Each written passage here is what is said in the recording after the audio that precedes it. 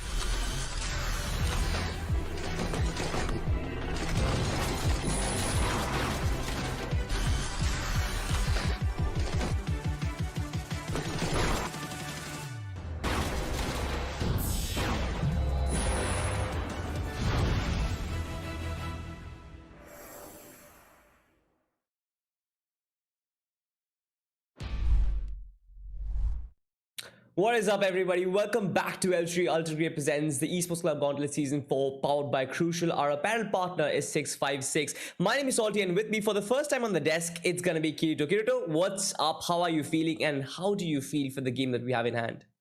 Yeah, it's an exciting day and I'm feeling great. Thanks for the introduction. And the game that we have today, it's going to be an exciting one. It's Salt Esports taking on Flame On. We've already had one match at 12 p.m. today, Orgless 5 taking on God Particles, but now we're moving on to the final match of the day.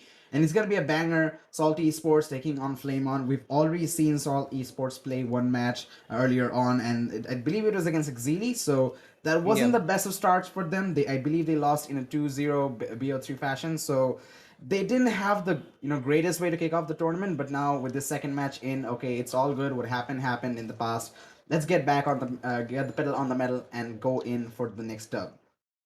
Exactly. Now, the best part about this game is that it's not just Salt Esports who started their journey with a loss. Flame On 2 actually started their journey with a loss. So both those teams have won losses in their account. The first team who actually wins this, or rather the only team who actually wins this, will have the first win on their board. Eventually, we'll have a look at the group standings and we'll understand what the group kind of lies. But initially, 12 PM game was absolutely fabulous. Like Orgless 5 versus God Particles, it was a really close contested affair. And at the end of it all, you can see it. God Particles, they've got 2 wins for themselves. They bank 4 points, but more so that it is Orgless 5 who start their journey with a loss as well. They do get 1 point from the map, from the one map that they stole from God Particles. That was Ascent. But Salt Esports was Flame On, just like you mentioned. None of these teams started their journey with a win. So for them, this game is going to be really important. Now, it's very important for us to understand that the 12 PM game was sort of players with experience, players with a lot of name in the community. Salt Esports versus Flame On, this is going to be an underdog affair. Kirita, do you want to place bets on which team is going to win, or do you want to just sit on the fence and be like, I'm not going to predict anything? Yeah, it's a tough thing to actually predict when you don't really have the best of ideas of the team. But I really want to still see the whole first map go down through before we make a solid prediction. Overall, I do feel like Salt Esports, they do stand a little bit more, consistent in some cases, a lot more experience. Let's take a more in-depth look at their team, by the way, as the team intro is coming in. But I really do want to see what Flame On has to offer with this team later on. But let's go into the side of Salt Esports' team intro. Let's see who are the players that are going to be playing this matchup today. Obviously, this five, they've been playing together for a while now, but starting this tournament, we do see a couple of new faces over here. And what do you think about that, Salty? I mean, I absolutely love all these players. You have Gunner, you have Chivix, you have Darky, you have Stranger as well as Demon. Now, Demon is actually subbed in place of another player today. But Salt Esports, they're playing five. Just like you mentioned, this team has stuck together for a while now. Last season, we saw Salt Esports perform. They couldn't really qualify to the playoffs, but then they always had the potential to pull off upsets. You have players like Chivix, you have players like Darky who can any day turn the face of the game, turn the results in their favor. And this day, I'm just looking exactly like that. Like, I'm waiting for this team to perform, and I'm waiting for this team to just climb the ranks, get their first victory on board, and probably make it to the playoffs. Because we know it, right, Kirito? This season we don't really have the biggest names in Indian Valorant so far. We don't have Velocity, we don't have Global. So that basically means there are openings for these underdog teams to actually make a name for themselves, go to the playoffs, and actually give them some sort of action going on. We'll actually move on to the next team that is up for ourselves, Flame On, the team that had a lot of transfers. Let's actually have a look at their lineup. We've got Lost, we have got Bondev, no surprises. Paradox is here as well. Rossi, surprisingly, is not SK Rossi. This is Kiran Rossi from the CS days. Lucia is here as well. So basically, Bondev, Paradox, and Lucia, they actually stuck together for a while now. They were a different team initially, but Lost as well as Rossi are actually new additions. And this is exactly what I wanted to talk about, Kirito, that this is a newly formed lineup, right? The three of them are ex-teammates. Two other players have been brought in new. How are they going to perform? That definitely is a very big question mark according to me. But what do you think?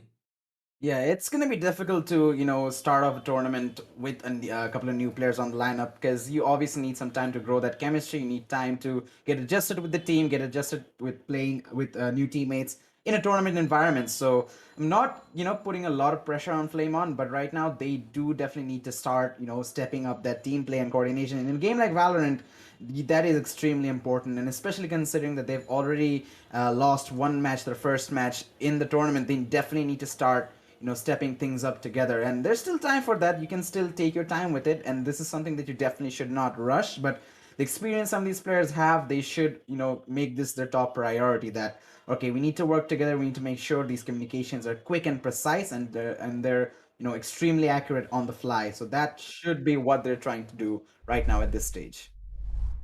Exactly. Now, with all that said and done, I'm really interested in how this match actually is going to turn out to be. Like we have one experienced team in the form of Salt Esports. They are sort of the second best team from the Pakistani circuit, just behind Team Exploit. And now we have sort of an underdog team coming in from the Indian circuit. Now, again, who has gone through in transfers, mid-season transfers. They brought in a couple of new players, which basically means that there are a lot of question marks on their performance. But if you consider these individual players as an individual, if you consider them as players, I feel like Bondev, Paradox, as well as Lucia, all of them are tried and tested. They've played a couple of seasons of Gauntlet, and they performed as well. So I'm not really worried about these players. Who I'm actually worried about is going to be Lost and Rossi, because I haven't really seen them play before. This is probably the first time I'm going to see them play the game of Valorant. So for them and their image in my mind, it is sort of a clean slate, and I just want to paint the picture of how these two players are gonna wrap up well with the other three players. Yeah, and that is the main thing of the main question that we have about this team, isn't it? That how are they going to adjust in time, especially when you know that they are going to be playing integral roles. Usually they might go for a sentinel, might go for a duelist. These roles definitely need to be played at a quick pace in the game of Valorant, and they need to make sure that the communication goes on without any hitches. So when you don't have that much chemistry in a team like that, that might take a while to fix up. But Hopefully that's not going to happen today. Hopefully they're going to provide us with a good game. But speaking of the game, we have the maps. The map veto is ready, and we're going to take a look at the map of the BO3. The first map being picked by Flamon is going to be on Haven, and Salt Esports are defending for the first half. Second map picked by Salt Esports, it's going to be attacked by Flamon in the first half. And the decider map, the final map, it's going to be the Icy Icebox attacked by Salt Esports in the first half. And an interesting map pick. We are going to be seeing Icebox and the map of Haven, both of the, I mean, really large scale maps. It's really takes a lot of time to rotate. It's Yeah. either very attacker sided or very defender sided in certain cases. Ascent in the middle, we all know how this map works. It's a very puggish map. You can depend on your aim, depend on your gunfights in this. But who do you think has the better advantage in this overall BO3 pick? To be honest, you have two maps which are just like you mentioned, large, and they require a lot of tactical depth. The team with better synergy will obviously triumph the team who sort of likes to play puggish maps. Salt Esports, though, very interestingly enough, have actually picked up Ascend. Considering the fact that Salt Esports are the team who has been sticking together for a longer time, I thought that Salt Esports would try and use that towards their advantage. Since they have like proper lines of communication, since they have a proper team coordination going on, I thought they would prefer the large scale maps, but they've actually gone for Ascend. And instead, Flame On, the team that has been newly formed, they are preferring the map of Haven, which can pose a lot of questions because now you have a collision of thoughts, you have a collision of approaches. Team Flame On wants to play a little tactical, they want to play on the basis of their strategy. I hope their strat book is really deep. I hope that they have a lot of different pages in that book itself so that they can adapt to what Salt Esports can bring on the defensive side of things. But Salt Esports, they have picked up Ascend. Now I just hope that we get to see the map of Icebox because that is one of my favorite maps. I absolutely love to cast the map of Icebox, considering that you have so much different dynamics going on in this map, in that map as a whole. If you really want to talk about which team has an upper hand, I have no clue. Just like I mentioned, I haven't seen Flamon play as a unit. I haven't seen Salt Esports play this season as well. So how have they improved from last season? That is still a sort of question that is there in my mind. I really want to see the first a couple of rounds before actually making a prediction, just like you mentioned. But guys, we are going to move into the agent selection screen and find out what sort of agents these players and players are actually they're So preferring. speaking of the agent selection, at least I'm hoping to see a little bit of change in some of the agent selections. In the last, yesterday, the match we casted between T69 and RHO, we did see a double controller coming up there from one of the teams.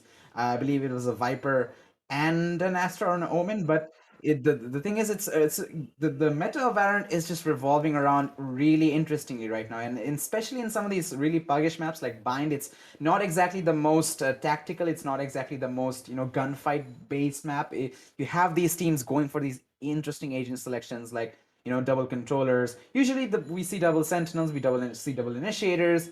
Double duelists are something that is a bit of a thing of the past, but a lot of teams do go for it in certain cases, and I feel like teams like Salt Esports might go for a double duelist pick on the map of Ascent because they have that aggression in them. They have that good, good combination of gunfights and good utility. So that is something they can surely exploit against Flamon. But speaking of Flamon, they picked Haven, and as we talked about this, as you said about this early on, this is a very tactical dependent map, and you definitely need to have the best of utilities in this map. And the utilities are, I believe, the most important part. And I believe the most important agents over here are going to be the initiators, actually, because like agents like Sova and Sky, even Breach in some cases, can provide a lot of support for either your duelists or other players to actually play the objectives really well. So I'm hoping to see both sides go for the double initiator, but right now we don't really know.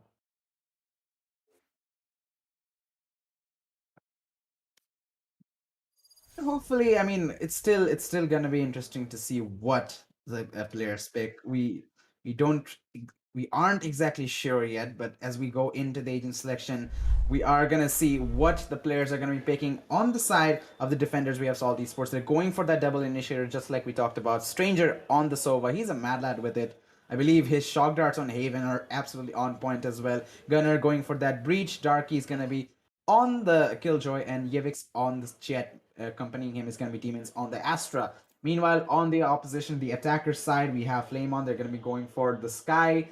on Bondef, Lost is going to be on the Sova, Rossi on the Jet, Paradox on the Astra, and Lucia is going to be going for the Killjoy. So overall, a pretty expected lineup. We have the double duelists coming, sorry, the double initiators, my bad, coming in. We have the duelists there as well, and the support from the Sentinels and the controllers are there to accompany that utility. So I believe a lot of pressure is going to be on these initiators, on these controllers, because they're the ones who are going to be setting up the plays for these duelists.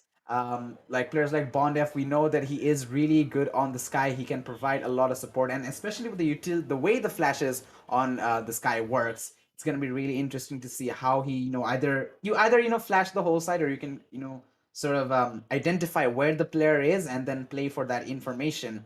So players like Bondef are definitely going to be using the utility to its best. Meanwhile, we also have Gunner on the breach, and especially in a map like Haven, it's not the most compact. It doesn't have the most tightest of angles, but I believe the breach utility can come into handy in some of these scenarios to create openings for your duelists and break through some of the really difficult defenses, especially when you have Astra and Killjoy on either team. Astra and Killjoy is such a dangerous combination to play with. Like you have both the utilities from either side that you can, if you have if you have a good chemistry between these two players, I feel like they can provide a lot of trouble for both attackers and also defenders retaking a site. So if you're able to make that combination work, like we see on the map of Bind, I feel like although map Bind is not on the pick today, the map of Bind has a lot of potential for this specific combination. We have the nano swarms, we have the gravitational wells. You can definitely trap the players there and just release the nano swarm. It does demand a lot of chemistry, which I feel like is gonna be the main sort of setback for some of these teams, because as we did talk about this, a lot of these players are going to be new and they are going to be playing important roles without having the best of chemistry with their teammates. So it's gonna be tough to actually pull something like that off. But I believe with the experience some of these players have, that should not be much of a problem. But hopefully we are gonna be seeing some insane plays like that. It's always satisfying to see plays with the Astra and the Killjoy, or satisfying chemistry plays with you have maybe a Sova darting or maybe a Sky flashing, and your duelist is just like a Jet just dashing in and getting that frag while he's completely blind or distracted. So I love to see plays, or plays where the players work together and show the chemistry. So I'm hoping to see that today, but I guess we're gonna have to wait a little bit longer. We are running through some technical difficulties, ladies and gentlemen. It's gonna be fine, but we're gonna start as soon as as soon as everything is dealt with. So stay with us. In the meantime, we are going to be going into the map, and again, the map picks, we already know the first map's going to be on Haven, the decider is going to be in Icebox. And as Salty said, these two maps, they demand a lot of tactical prowess. So which team as I said, we aren't really familiar with Flame On and Salty Esports. They still have a mark to make on this tournament. They haven't had the best of starts yet, so they still have some work to do. But with that being said, I feel like we aren't exactly sure which team will have the better tactical superiority in some of these cases, because in a map like Haven, obviously, attackers do have some advantage early on. You can rotate around, you can distract, you can, fake stuff like that.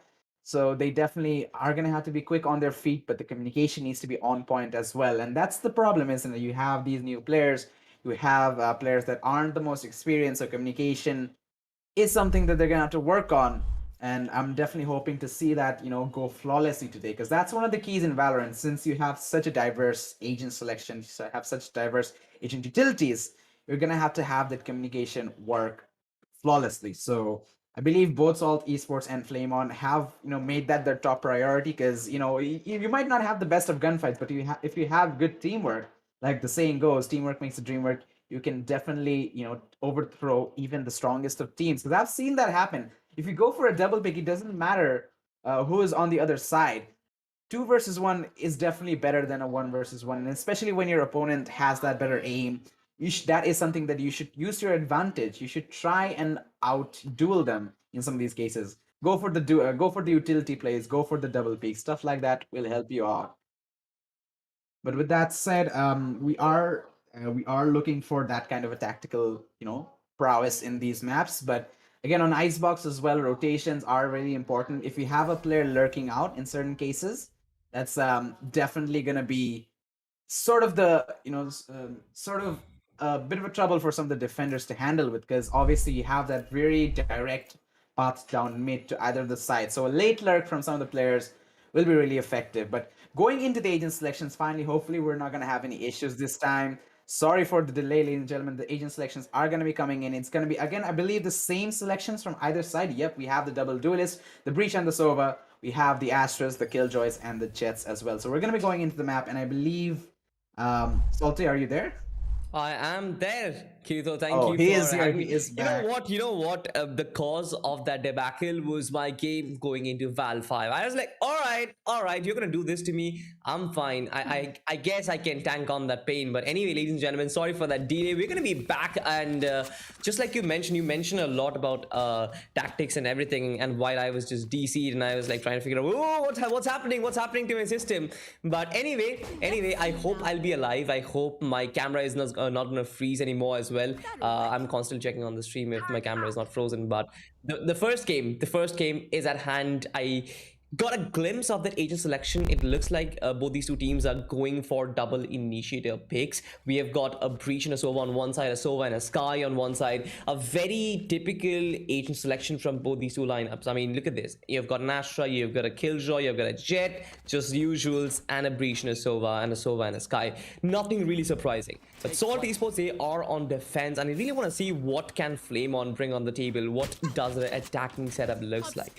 For starters, though, they have sent in that owl drone all the way from sea corridors, and they're trying to make their presence felt in garage. They have destroyed the alarm bot.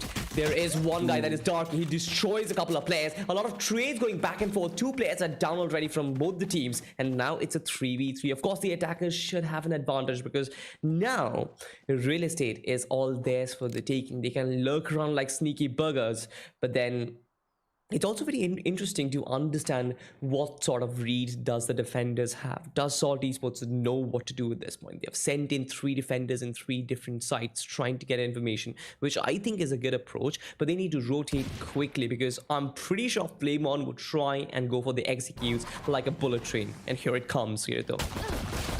There comes the execution, and Luce is going to get the first frag on the Yevix. It's still a 2 versus 3 scenario. An advantage is going to be edging towards the attackers. The spike plan goes down in the hands of Rossi. Stranger avoiding the recon. Maybe I spoke too soon. He's going to be spotted by the last wave. And Lucius is going to be placing that turret to ensure that the push is going to be taking a little bit more of a delay. But Stranger is going to be pushing in. Sheriff shots are going to be missing. Rossi doing a lot of damage onto the Breach. Stranger with their first frag. Rossi trades and finds the last one as well. Triple kill for the Jet. And he's going to be bringing the first round for his team. And it is going to be an early lead for the side of Flamon. They're going to be taking that 1-0 scoreline, and they're going to have the economic advantage. So I believe Spectres should be popping up all around for their armory, and that's exactly what I'm seeing. They're going to be trying to make sure they get that early on, and they're going to be getting that lead extended early on, making this a 2-0 scoreline. Yeah. And that's certainly what is possibly going to happen, isn't it? Because obviously we are going to be seeing Salt going for a hard save. All classics, not an ounce of armor on them. The best they can do right now is try and damage the economy. That should be their objective. This isn't their round to win, as we see the execution begin. Exactly. Now, it's also very important for them to understand that even if you damage the economy, this is just the second round, right? The max you can probably do is prevent them, or rather to force them to buy and reinvest into weaponry. One player is Slash. Rossi once again getting a couple of fracks for himself. Paddox lands the third. There are 2 players still remain for Salt Esports, but I don't really think that they can really do much. Rossi finding his third, should be a fourth as well. Actually, Darky once again with the right play. This man is doing insane stuff. But to be honest, Flamon, with their fast-paced aggression, they have done a fabulous job trying to dent Salt Esports so far. The defense didn't really look formidable so far, so I just want to wait and find out what the third round has to offer. This is the round where they can buy in their full armor, they can go in with their big rifles as well, and they can probably try and stop Flamon right on their tracks. If you consider what Flamon did in the first 2 rounds, first round was sort of a very dicey affair. We had a 2-for-2 trades in garage, and then eventually had to rotate all the way towards A side. This time it was a full-blown push, which eventually gave them a lot of results. Third round, this is supposed to be well thought out. Bondef with the flash towards garage. You can see the minimap already. They are well split out. They have that presence towards mid, but they aren't moving any forward. They don't really have that real estate so far. And most of the real estate has been occupied by Jivix and his co-partner. That's going to be the Sova Stranger. You can see that the entirety of A long corridor has been occupied by them. Even if Flamon wants to progress any further towards sewers or towards long corridors, they will have to fight these duels. They will have to work around this crossfire that has been set up. So it is obviously going to be very, very difficult. And I just want to see how can they handle this. Of course, first pair goes down, second one goes down as well. Jivix can he land the third? Not really. Bondef shutting him down, but there is Stranger in position, Kirito. But he's in a tough position though. Shock darts and swarm nades are gonna be coming in, and the trade is instant. If he got a frag there, that could have been huge, and they'd still have the man advantage. But sadly, he's gonna be going down without taking a single life. Now it's gonna be a 3 versus 3 scenario. Spike still very much in the control of the attackers. Lucia gonna be upgrading his weapon and falling back. I believe the execution has been slowed down quite a bit. Gunner is also already in the site. He's gonna be holding back. Sky flashes do come in, doesn't give any info, but for now, the side of Flamon, they're holding on strong. The side of Salt Esports, they're holding on strong. They realize that the rotation should be coming in, and Demon's perfect position in the side, and the spray transfer is good. He finds Bondef and doesn't take much damage either. Lost realizes the situation is dire, and he's trying to go for the spike plant, but from behind, Demons comes in and finishes things off. And the patience from the Astra is going to be rewarded very fruitfully. He's going to be able to get 3 frags actually, to finish the round off in the team favor. And they're on the board now, Salt Esports, trying to climb back through and make this a 2-2. But now is where things become interesting. Now comes the buy round for the side of Flamon. And now they can try to extend this lead and make this a 3-1. Still a decent buy for the side of Salt though. They can still keep some rifles on the armory. So it's not exactly completely one-sided. Absolutely.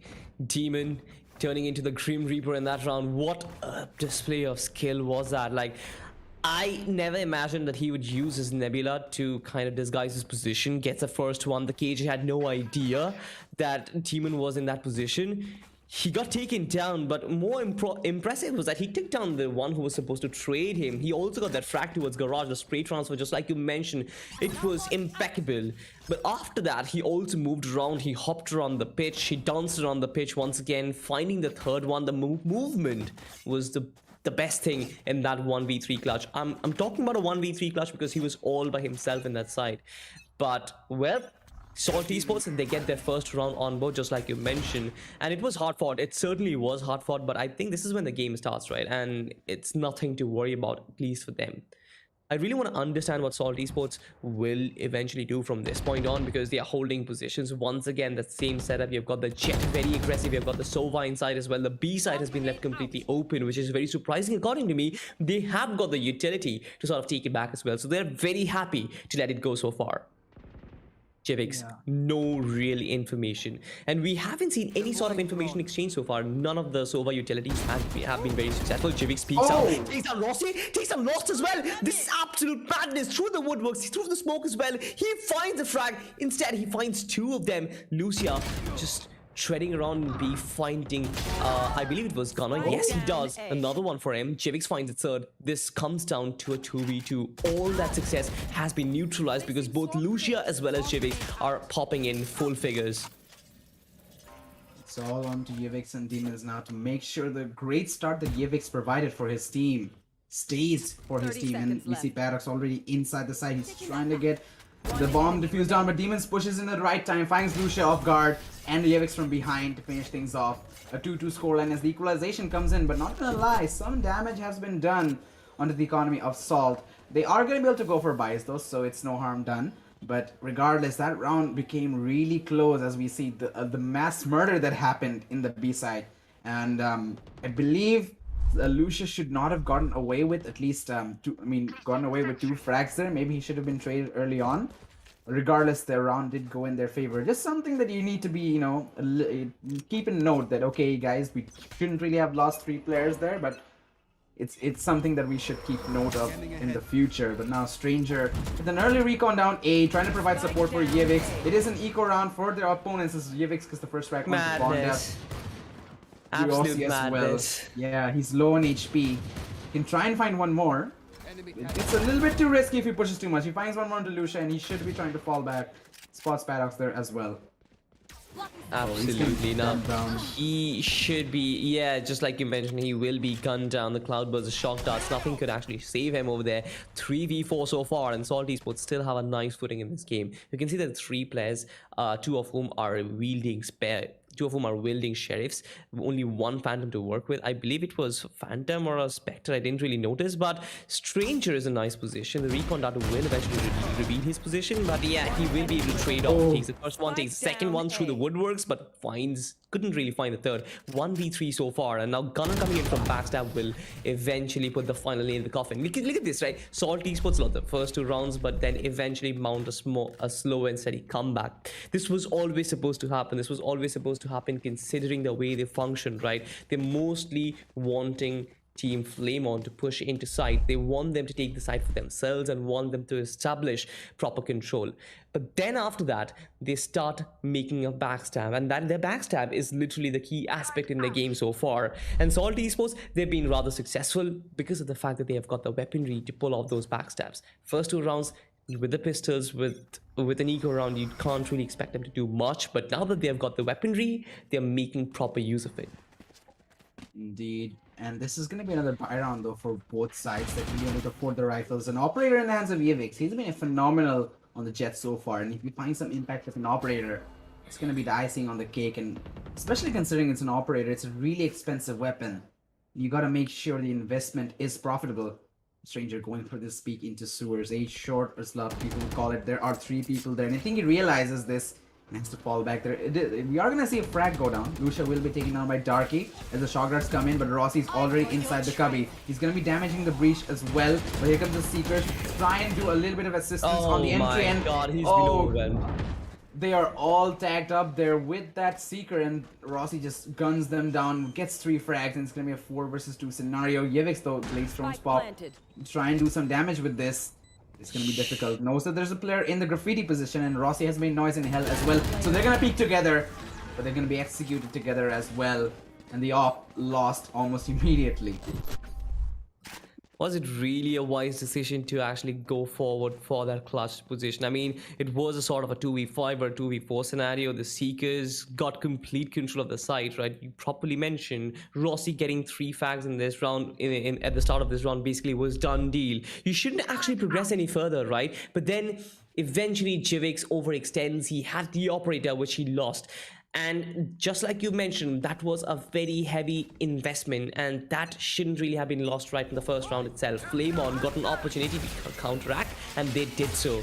Stranger does tag 1 with the Hunter 3D, but it doesn't really do all that much. He actually gets bonded with what? That was strange, but his name is Stranger, so yeah, he's used to strange things. 3-3 is the scoreline, but you can see that right now Flamon, they don't really have that advantage. 4v5, they can still make it work if they try and put all their eggs in one basket. But you can see that the KLJ is towards garage. He's trying to create an opening, and the spike has been dropped behind as well. So they're still looking out for more options. They don't really want to execute this A side. If Lucia manages to find 1 kill towards B, I guess that could be the opening of probably a garage to see execute. But then the spike is once again traveling towards the A side. They need to change their strategies right now, because this definitely isn't working for them, especially that was evident in the last round. My double's dead. The timing got spotted. very If he got a unfortunate. frag there, I think it wouldn't be a bad idea for Flamon, because that would actually create some confusion with the players in A and try and sell this fake. But Stranger, oh my god, he does get traded, but Yevix is there to finish things off in another round in favor of the side of Salt Esports. And it's just going back and forth and back and forth. We do see they are very close, very much neck and neck to each other. And Darky, he just got the frag barely onto Lucia. If Lucia was able to get that 1 frag outside of a B or C, I believe that would create some confusion amongst the players of Salt. And they'd be like, oh wait, is this I a beg fake to or what? differ though. I beg to differ, because even if there was a kill, I don't think Team Salt Esports would have been deterred, because they had proper information. They had proper information that there were 2 players outside the A side, and they knew that there was a commit. Even if a lurk gets a kill over towards the garage side, it doesn't really make a difference. Of course, they have to be worried about behind their backs, what's happening behind their backs, but not a lot. This round though is going to be really interesting, because they've sent in the Trailblazer. They have made that presence felt towards garage, and even if the garage has been given given out, they want to block it from the C side, which eventually they'll fail because Jivix falls down first frag and the man advantage established. Huge advantage for Flamon that they can actually make use of. Yeah, and they can try and push out of this garage to go into C, but they're trying to fall back, and they do realize that there could be a player pushed all the way out to C main as Rossi gets another frag for the team onto Darky. And Demons, the lurk comes into play, but there's a player right next to him. Again, Rossi does get one more, but Demons is still having a lot of impact and a triple kill for him, bringing us to a 1 versus 2, but still, it is Stranger.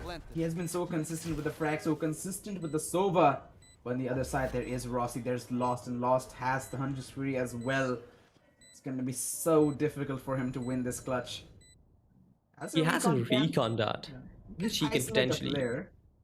I don't think he will be able to isolate the play so far. For Stranger, the only option is to probably use his shock darts, try and force Rossi into this fight, which he eventually will. Look at this, Rossi finally find the frag. No option of recon darts, no option of clutching out this round because he has been put to bed and rather put to his grave as well. Look at this, like Flamon, they do some really nice stuff, right? They explore garage, they open it up, they exploit the chinks in the armor. Team Salt Esports, just like I said, their defense doesn't look formidable. The only strong point that they have in the arsenal is their backstabs, which can work out for them, and Jivix getting those initial frags. When that doesn't happen, the defense actually has a lot of holes. There is no Sage wall, which means you have to physically defend every single avenue which you can explore. You have to defend the C side, you have to defend garage as well, you have to defend B, you have to defend A short swords, you have to defend A main. There's a lot of openings which you need to defend. So far, Lost using his Hunter's Fury gets the first one, still has another beam which he can potentially use to find some information, but he doesn't really. Rossi, meanwhile, has actually made his way deep into any territory. He's gonna find a napping Stranger with his pants down. Demon, though, found a 3k in the last round, but will he be able to be successful in this one? Really? You can see that Rossi was taken down. Lucia finds a trade as well. Salt Esports trying to make their way for a retake, but Flamon have proper post-on positions. So onto Yevix and Gunner. Yevix just have that operator and can try and pull some miracles with it, but it's easier said than done. Gunner doesn't have the best of starts in this match either, so overall not looking good for Salt, and I believe unless they find an opening, they shouldn't really execute this retake, and I believe, yeah, they realize that this is probably not worth the push, so they're going to be falling back, trying to save that operator, trying to save that extra gun, and that's going to be big as well, because they can now, in the later rounds, buy for their teammates. The economy won't be completely demolished. And I believe the side of Flamon realizes, and they're like, okay, we have a decent economy, we can try and hunt maybe one of these players, and they're trying to look for them. This economy damage is going to be huge. Operator shots will be given off, but there is not enough time for them to hunt them down, so it wasn't a bad round from either side regardless. I mean, Demons, he tried to make an impact into the side, trying to play the Astro the best he could, but he was just outgunned, and we did see him get one frag, but what's he going to do after that? He was spotted out by the Sober Recon, he was spotted by 3 players, I believe, from C-Long, and they just spammed to the smoke and got him. So overall, it's still very close for either side, but with this economy, they definitely need a really big, impactful performance from one of the players, and I believe one of those players is possibly Yevix with that operator. He's actually feeling really aggressive, pushing out of garage to take down that Killjoy turret, but the push is towards the A side. We do see a setup there, and some of the rotations already happening, but look at this, Lucius again in garage and again lurking. He can catch the Opper off guard if he times this right, and this is something that they've been doing the whole match, Flamon. There's always somebody lurking around. But I believe Demons, he is aware of it, but is he the timing? I don't know, but meanwhile the execution to the C side, A side's happening. They're already inside, the spike plan's going down. Gunner realizes it's in the bottom. He's trying to deny, but he's gonna be pushed back, and it's gonna be a 5v5 retake. Again, the lurker, Lucia. What's he gonna do? He is in a proper position, of course. Takes down 2 players already. Will take down the third? Not really. It's Dark who actually puts another 2 to bed. Finally has been traded. Oh wait, what? Jivix! That's criminal! He finds Rossi as well. It's a 1v1, but Demon, or rather it is somebody else, and my screen is completely blurred. It's Paddock who actually finds Jivix, but Jivix has no business finding those 2 frags. What on earth was that? He was being gunned down by a Vandal, and he kept his composure and managed to land the shot. What? Dude, I have no clue what happened. Oh my God. That was insane from him, but just not enough to win the round. it's still a very decent performance from both teams, those Salt, especially Yevix. He's getting some of these impact frags, but he does need more support from his teammates to be able to go, the full mile. To be able to, get maybe possibly 2 to 3 frags every round. But, Yevix gets a frag onto Bondev. I thought it was the other way around. I thought the player Concussed was able to get a frag, but it's gonna be the opposite. Yevix trying to find more. He has support from teammates, but the ultimate coming in. Rossi gets a trade, but Stranger, he's gonna find a couple of his own. It's immediately turned to a 2 versus 4 scenario, and the action's not died down yet as Lost gets another trade. All onto Stranger, who's in a very isolated position, but Darky's on the flank to provide support. Stranger can't hold on. He's gonna fall immediately. 2 versus 2 as the excitement dies down. The sides have been flipped. The attackers have a completely open site, and the flankers coming in. Lost gets a nice headshot on Demons. And I believe he realizes the Darky's there as well. Yep, Drone's gonna spot him out, and they're gonna be taking this gunfight together. Darky gets one, but Lost with the 4K, making this 7-4 scoreline. And ooh, that was an exciting one. Last round in the Absolutely, that was really exciting. 4-7 the scoreline, and Salt Esports certainly trying to make what they have. Like, they will try and make it 7-5 so that they stand a chance against Flamon on the defensive side of things. On paper, again, Haven is sort of attacking sided. You have 3 sites to explore. You have multiple avenues even in those 3 sites. So that kind of poses a lot more challenges, especially if you don't have a Sage on Haven. You have to, just like I said, you have to physically defend all those avenues, and that kind of becomes a little difficult. You're very volatile, you're very vulnerable in being taken down or overpowered and overgunned. But Jivix falling back, Rossi trying to make an entry, trying to facilitate this push for the rest of his team. I really wonder what he will be able to keep, what he's capable of at this point. He definitely needs some Astra smokes to make this work. Seekers are out, of course. He wants to get that additional intel for his team, but Jivix is already on his knives. Now this is interesting. Will he get the frag or will he not? Spike definitely will try and go down. Look at this. Bondev has been caught napping, but he was taken down by Salt's Stranger's Hunter's Fury. Nice. Rossi coming in from behind finds Darky. The up shock will kind of destabilize him. Jivix finally finds a trade. 3v4 so far, and Flamon really want to make this work. They don't really have that real estate. They don't really have that assurance to plant the spike in the B side, but at least they're safe for now, Kirito. That is, but they have to get out of this beaming position as well. They are trying to find some avenues into that C side. If they get this frag onto onto Gunner, but easier said than done as Gunner spots him out. He's gonna fall back as well. They can passively hold the C side if they want to, as long as the players are still, covering that A and B entrance.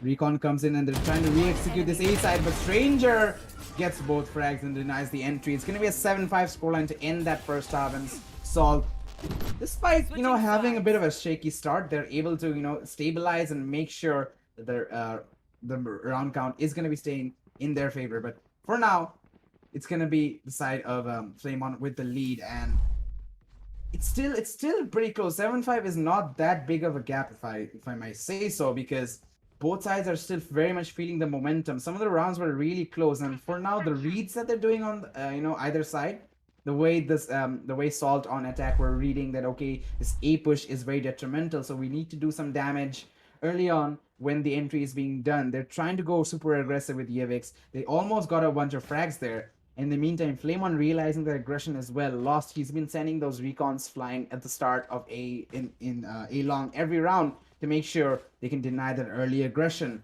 So the reads that they're having on the strats is really good and really precise in a lot of cases. So as long as they keep that up, I believe this map is as big as the gap may seem, it's still very close overall. And I still believe a lot of action is yet to be seen. Absolutely. Okay, Yevix and Gunners, they're just chairs. I thought they were actually physical players, Keito, but now I can see chairs. Oh, is this? Oh, okay. I thought that they were invisible. Rumors but thankfully Gunner... Oh, no. Okay. No. Actually, Gunner is a physical player. Yevix isn't. Yevix is actually invisible. He probably is wearing the Harry Potter's invisible cloak, but Flamon, yeah. Thankfully, all 5 of them are physical players. Thankfully, they're not gods or magicians. Nobody's invisible. All of them are physical players playing, but Jokes apart, 75 the score line, just like you mentioned, it's very close. It definitely is close. Like, there is a very realistic opportunity for Salt to even things up if they win the first pistol round. If they win the round after that, they of course will make it even Stevens, and from there on there is going to be all uncertainties. A sort of a smoke deployed, a star deployed as well. You can see the team Salt Esports, they really want to explore the C corridor. There are utility in trying to block it. There is an Astral Nebula, but of course he will be dismantled with the flash coming in from the breach. Javix and Darky find the first 2 frags for themselves, immediately make it a 3v5. Of course, Rossi will be tasked with the monumental duty of bringing this back, restabilizing the fight, maybe bringing 2 players back, but will he be able to do it? That is a question. You have KJ. I'm not really sure if Lucia will be able to find 2 frags from long. But eventually, Rossi is going to go down. Garage territory is completely empty. There is Lucia in there to kind of reinforce it, but it just makes no sense. Of course, all of these bodies are going to fall, and Flamon has sort of been extinguished. A small loss for you. Trying to get something happen. He will find another exit frag on the Avix with the shock darts, but the round does go in favor of Salt, and with that, they can try and make this a 7-7 scoreline. We did see that the spike plan went down. They can go for the buys as well. Their money's looking really solid, so they can go for all Spectre buys, and that should allow them on paper to be able to make this 7-7. But again, we did see a really good eco rounds coming in from the side of Flamon, especially players like Lucia and Rossi. They can make such a great impact with their gunplay ability and their utilities as well. But overall, it's not looking that comfortable for the side of Flamon. They have only pistols to work with, no armor at all. And I believe the side of Salt realizes, and they're like, alright, let's just walk in to see like we own the place. Which right now they do. Spike plans to go down because Darky, he just wanted to do that through the smoke. He's gonna attack Paradox as well, who's trying to get in a denial onto the spike plan but fails. We do see Lucia trying to lurk in, but Gunner's gonna be there to deny him as well. Rossi's gonna walk into the smoke, and Yevix is gonna trade him out as well. So 7-6 is gonna be 7-7 unless lost. This becomes an absolute insane mad lad. No, it's gonna be denied, and a flawless round for the side of Salt, making this the equalization round. But again, it's still the ballpark is still a bit controlled by the side of Flamon, because now they have the rifles and bonus round from Salt, so they can still try and extend this lead. Probably they can. We just need to find out if they possibly have what it takes. They've got enough in their tanks to make it work. I'm actually very intrigued by the fact that even in this cold winters, Lost is wearing a tank top. I guess he's feeling cold. I guess he's not. I don't know, man. But 7-7, the scoreline, and Salt Esports, just like you mentioned, they can be potentially in the backseat, but the Vandals from Flamon, or rather the Phantoms as well, can definitely cause a difference.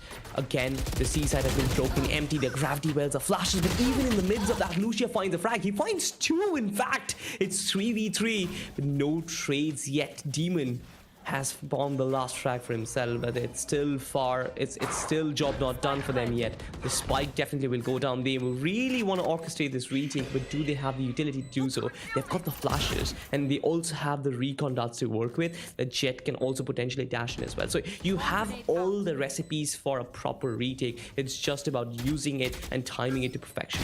Recon dart comes in, reveals one position through the woodworks. Bond Dev does a lot of damage. Finally finds Demon. It's a 1v1 now. Darky is going to find him first, and he's going to nail him down first as well. The Vandal that was retrieved by Salt Esports actually did the work, did the magic. 8th round, Kirito, you were completely wrong. Flamon couldn't really extend the lead.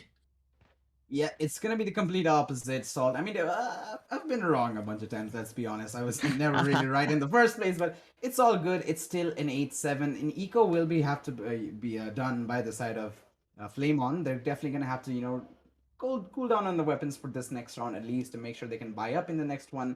So 9-7 is a good possibility for Salt, and that's a good thing because right now they are 3 rounds deep in this second half, and with that they can definitely increase their confidence, their momentum. The players are definitely feeling themselves, and if this goes on for a while, this will definitely sort of snowball out of control for the side of Flamon, because once a team like Salt, they're able to establish a momentum, they're able to establish a pace of the game that they control and they keep in their favor all times. It's hard to break that momentum. Definitely this is a pretty decent call coming then for a tactical timeout, but Maybe he should have gone for it when they have the buy and eco round.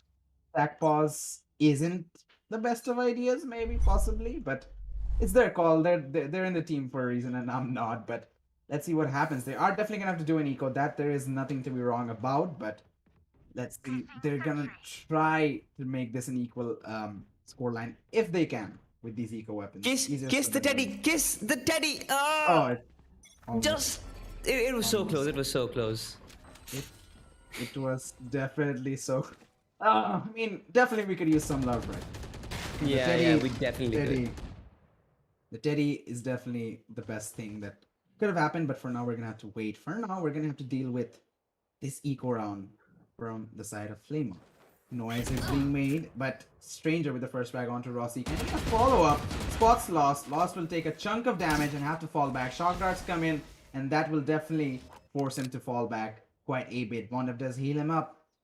Again, the weapons diff remains. 3 sheriffs and a frenzy against rifles. What are they gonna do? A Stranger pushes down, but Bondev guns him down.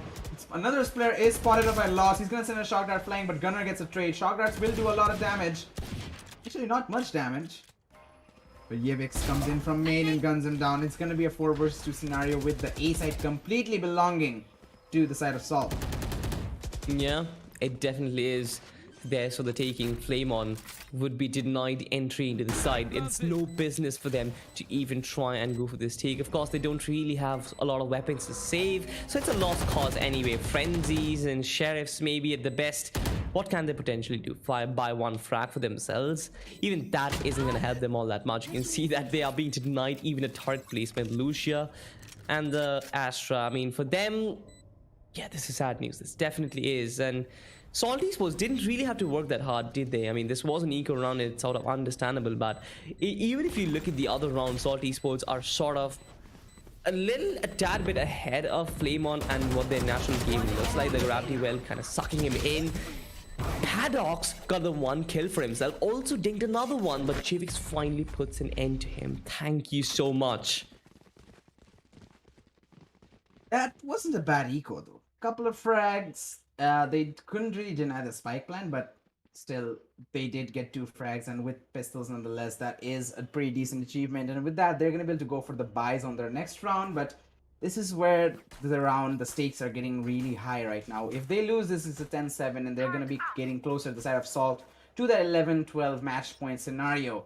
So these are the opportunities that the side of Flame On have to try and deny that with these weapons, and they're definitely gonna have to make this count. But Rossi really aggressive in that A-long, eating up that recon all 3 times he is spotted out, but the respect given by Salt to not peek that operator is immense. The drone comes in, will spot him out again. He's just not having a good time right now. The Sova's definitely making life difficult for him, so he's gonna be forced to fall back into the side. But meanwhile, Yevix is pushed up quite a bit.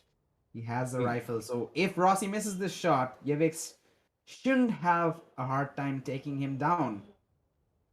For now, they're holding strong on either sides. No noise is made. I think they're trying to fake a rotation. Rossi does extend, but spots the jet. Both of the jets miss. They're gonna dash away. That was almost on sync, but a little bit of action outside that A side. Yeah, absolutely. You can see that Bondev is trying to go for a backstab. We haven't seen a lot of backstab action coming in from Flame On. Most of it has been gun duels, and they try to make the brute force their way into side. And Darky actually does that. Couldn't really notice the shock darts coming flying, but the spike isn't being planted so far yet. Gunner will now go in for the plant, and Rossi with the operator tries to make a difference. If they try and go for this retake, it will be fabulous. They need to work really hard, especially with Rossi missing all those shots. Gunner and Stranger being 2 players down, and that is basically a lost cause once again. This lockdown is basically an insurance policy. They want to be like, alright guys, you've lost 2 players already. This round is a lost cause. You cannot try and go for a retake. All you can possibly do is save your weapons and save your mission. That is the best that you can probably do. I mean, I'm sort of sympathetic towards Flame On because of what they've been able to kind of achieve in this game so far. They got that lead up and running, but when it came to the defensive round, nothing is just working out for them. They're getting trades, but what else? The utility game isn't really coming. They're trying to get as much control as they can, as much real estate as they can right from the start of the game, but they're being instantly shut off. And that is possible. That is one of the reasons, is because that they're trying to use guns way too much and not really a lot of utility. They're trying to use shock darts to prevent plants, but nothing really to prevent the players from coming into the site. And that is a very fundamental problem when the entire team, when your opposition has so much control over a site which you have given up, and you don't really have the means to go for a retake. That round is done and dusted there and there. Yeah, we definitely need to see a lot more impact from the more utility-based agents. We do see Rossi getting those frags. Bondef has been getting some impacts as well, but definitely want to see more from the side of Lucia and Paradox, because I obviously said this early on that the Astra and Killjoy are such a dangerous combination to play against, but we're not really seeing that chemistry or utility from either of the players. And that is something that definitely needs to, happen early on if they're trying to make a comeback in this game. But Lucia, not a decent start, is gonna take down Yevix with a stinger nonetheless. Spikeman finally goes on. Hunter Spirit there to deny it. Stranger reads it beautifully and falls back. We do see some utility coming in. Gunner trying to use the flash punch to try and deny this entry, but Seekers are going to come in from the defenders as well. Lucia unable to destroy the Swarm Nade. That's going to eat up a bunch of time for them to go for the retake. Still a 4 versus 5 scenario, very much favoring the defenders, but the weapons aren't there. Rossi on the flank. Can he get the frag? He will. Extending the man count, and maybe a possible eco is going to be popping up with Lost. Paradox, they're all getting the frags, and they're going to win flawlessly. It's gonna mean a lot to their economy as they all pick up these rifles, all Vandals in their hands, and the Spike Diffuse comes in as well. That's gonna be a big round for them, and hopefully that's gonna be enough to turn the momentum, turn the tides in their favor.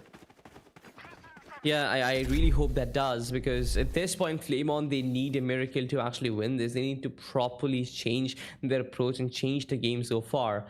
I'm not really sure if they've been successful so far, but at this point, they need to win a lot more rounds if they want to win this game.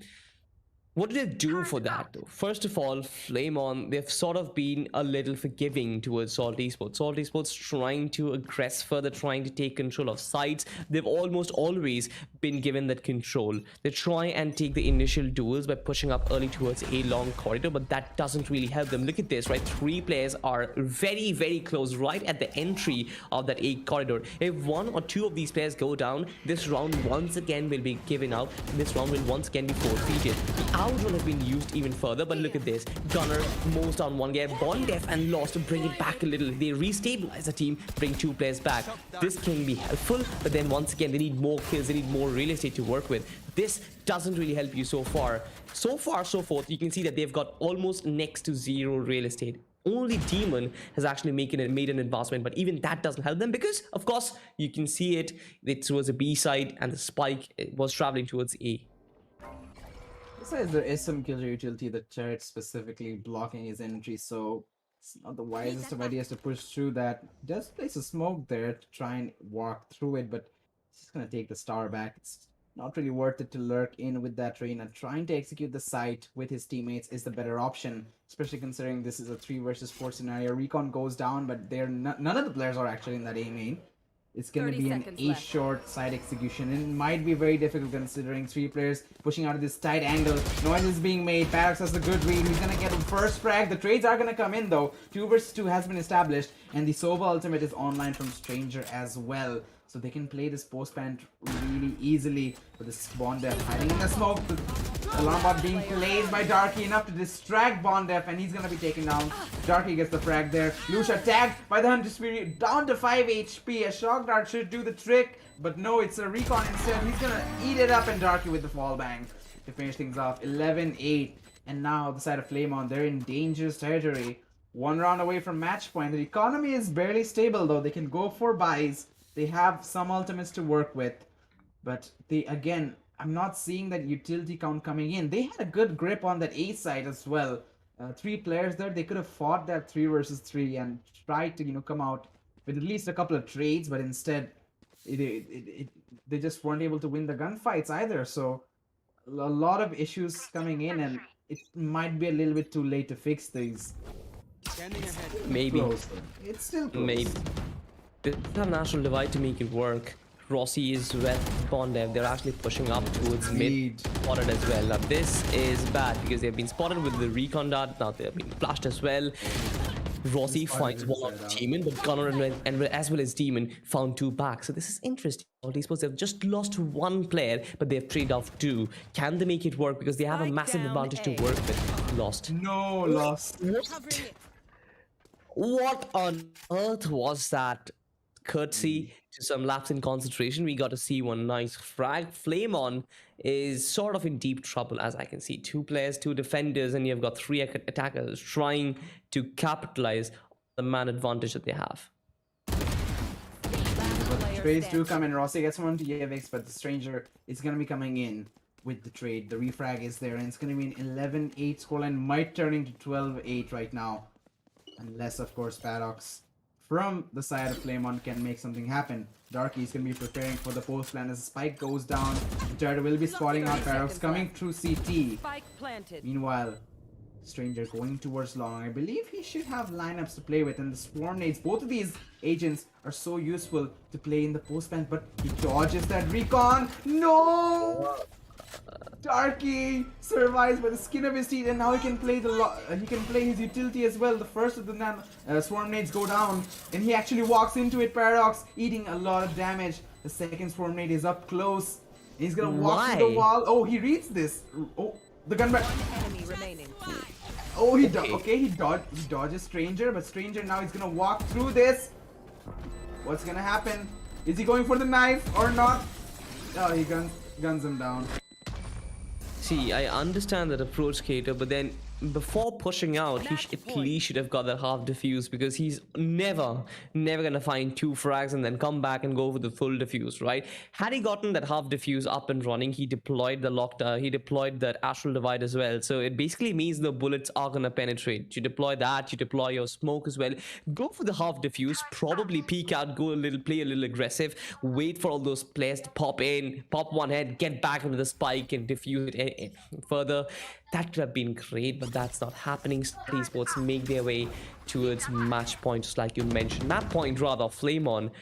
They really need to step up at this point. Bondef has pushed up further. They have control of Su as well, but Salt Esports is sort of huddled up outside this A corridor. What can they potentially do from this point on? They can make their way towards sewers. They can make their way towards A corridors, but then nobody. There is the preventive utility as well. Bondef is just a free roam right now. Chivix and Gunman does bring two players back. This is where Rossi actually shines, gets one, but Gunner once again trades him down. 3v2 so far. You've got the lockdown position, but look at this. Salt Esports, they've got the breach and the astral utility. Will Bondef and his bulldog be enough to prevent this from happening? One less.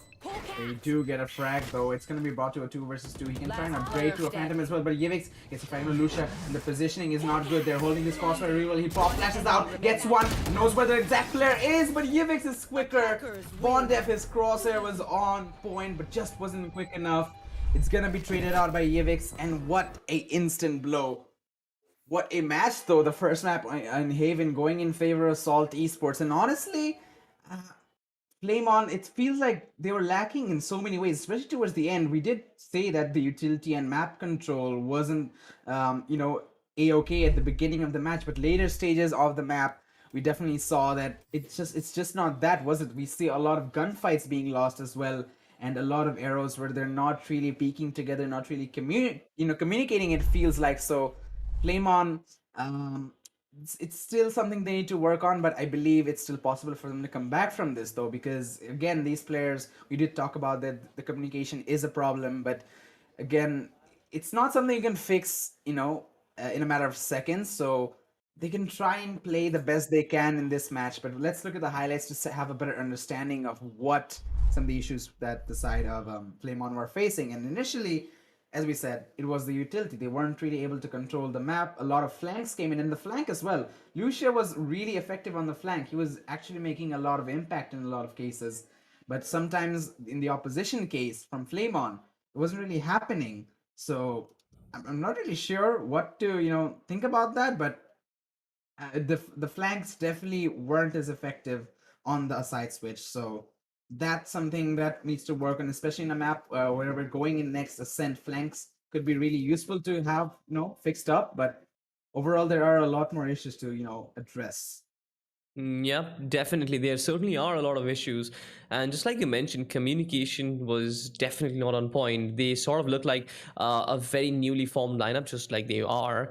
And the biggest problem that they faced was that they weren't really playing as a cohesive unit. They were playing in like five individual players, trying to make their work, trying to show their teammates how good players they are. Of course, there were highlight reels coming in. Rossi was really good, especially in the attacking half.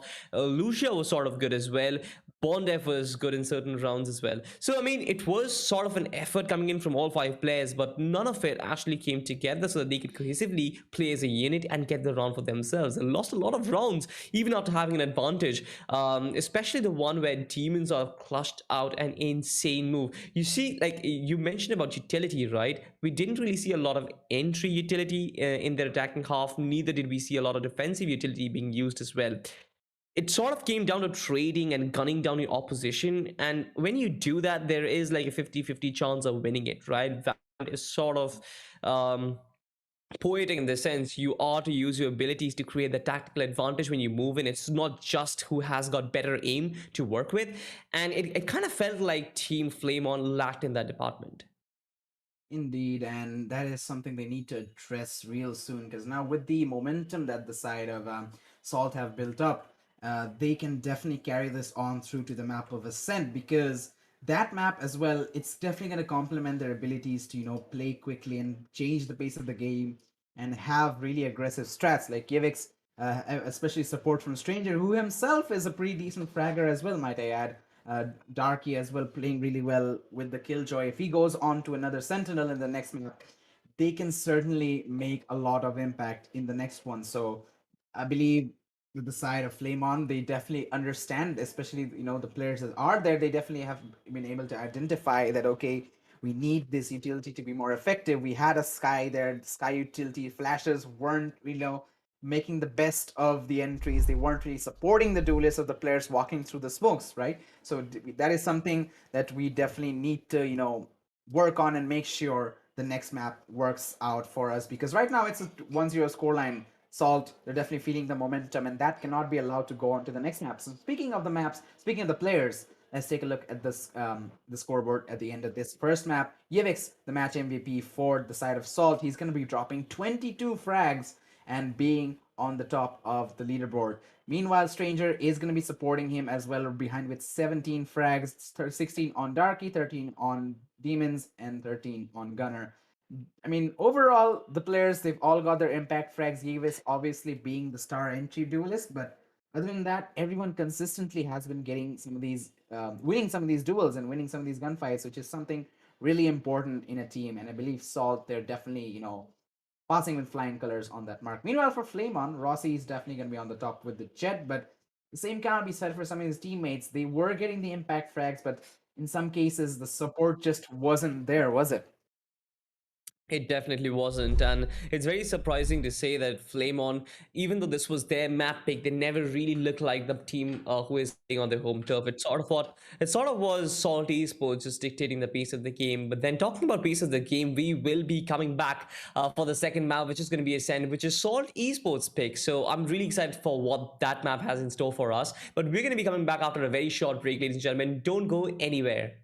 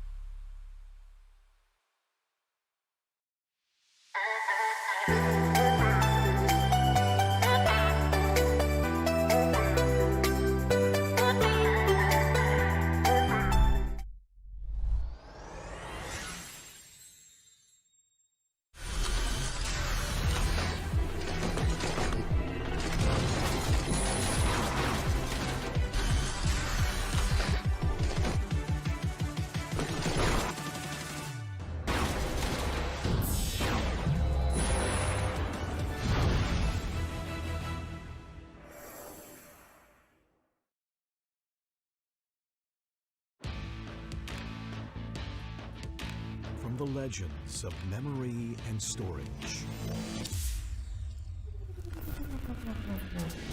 Crucial brings you the ultimate performance in gaming.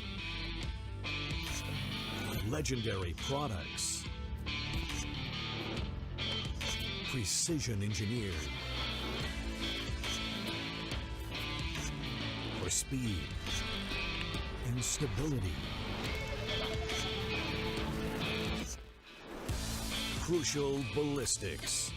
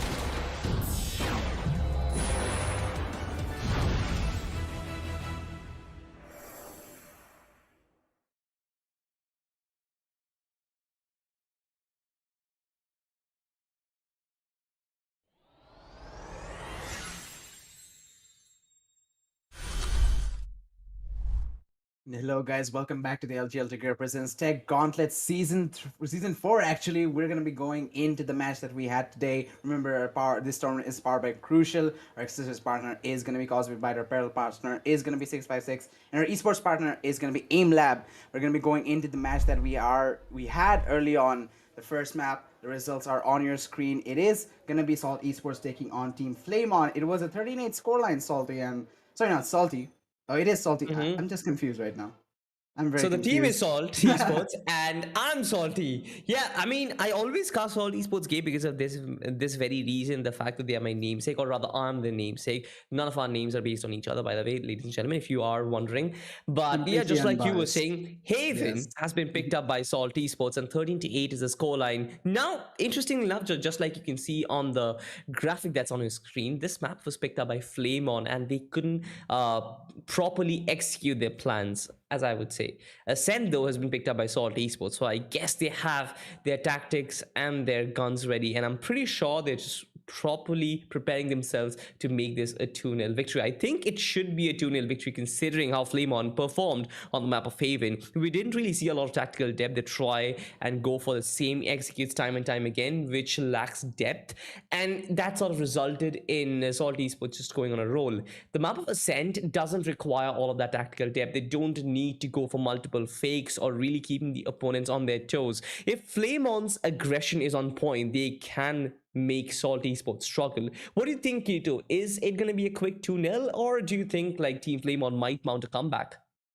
It's possible that Flame On can attempt a comeback in this, but again, everything else sort of suggests otherwise. Salt Esports winning the map that their opponents picked, and they won it in a good manner, especially on the second half, showing both better gunfight and better tactical prowess. So overall, they are definitely feeling and riding the momentum and confidence. And I believe that's going to carry through in a map like Ascent, and Ascent will definitely enhance that qualities, the qualities that they definitely showcased in the ending parts of the last match. Because as we again said, that this is a very gunplay based map. You have to have the better aim in most of the cases in this map, and you definitely need to have the better communication to be able to make sure you go into the fights with your teammate. Play off the trades at least. So I believe Salt Esports were doing that phenomenally in the last parts of the map, but again, Flame On the players in that team, they definitely understood what the mistakes were. I mean, if I could at least, then they should know that, okay, guys,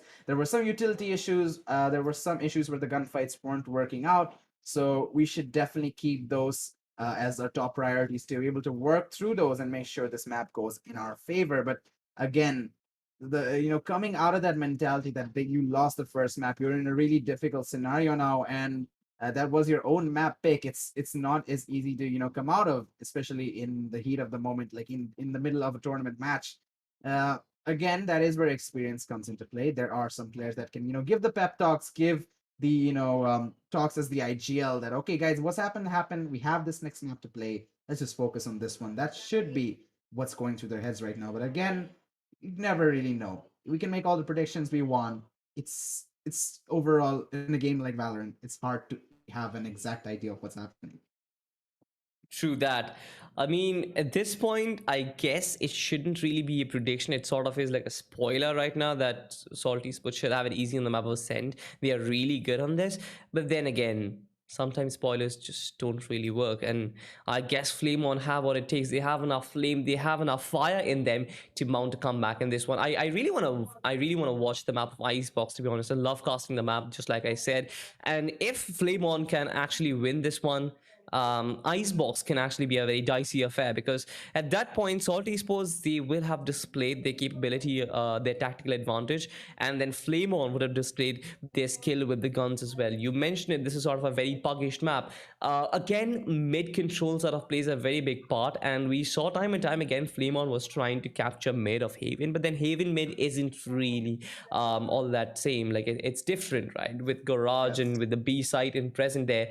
It's sort of different if you consider, and it's very different compared to the map of Ascent. But I'm just hoping for the best. I hope that these two teams, both the teams, bring the utility game a little higher, because I sort of expected a lot of utility to create spaces, but then that wasn't really there, right? I talked about the trade game that was happening left and right. Now trades are fine, right? You're always gonna have better trades to win a game of Valorant, but then if there's no utility facilitating that trade-off, then of course at the end of it all, it's all gonna come down to like a 1v1, or it's gonna be a stalemate at the end of the day, which it doesn't help either of these teams. Yeah, and I believe those utilities, the team that has the better utility, will definitely make a difference overall in this matchup. Because obviously, other sides, they're definitely gonna. I mean, the map of Ascent, it's pretty much established in some of the metas that work with over here. But usually, we do like to see the double initiator coming in, maybe a Sky, maybe a Sova. But in this case, as we go in, we're gonna see the side of Flame On. Bondef's gonna be going in with that KO pick. Now, this is interesting.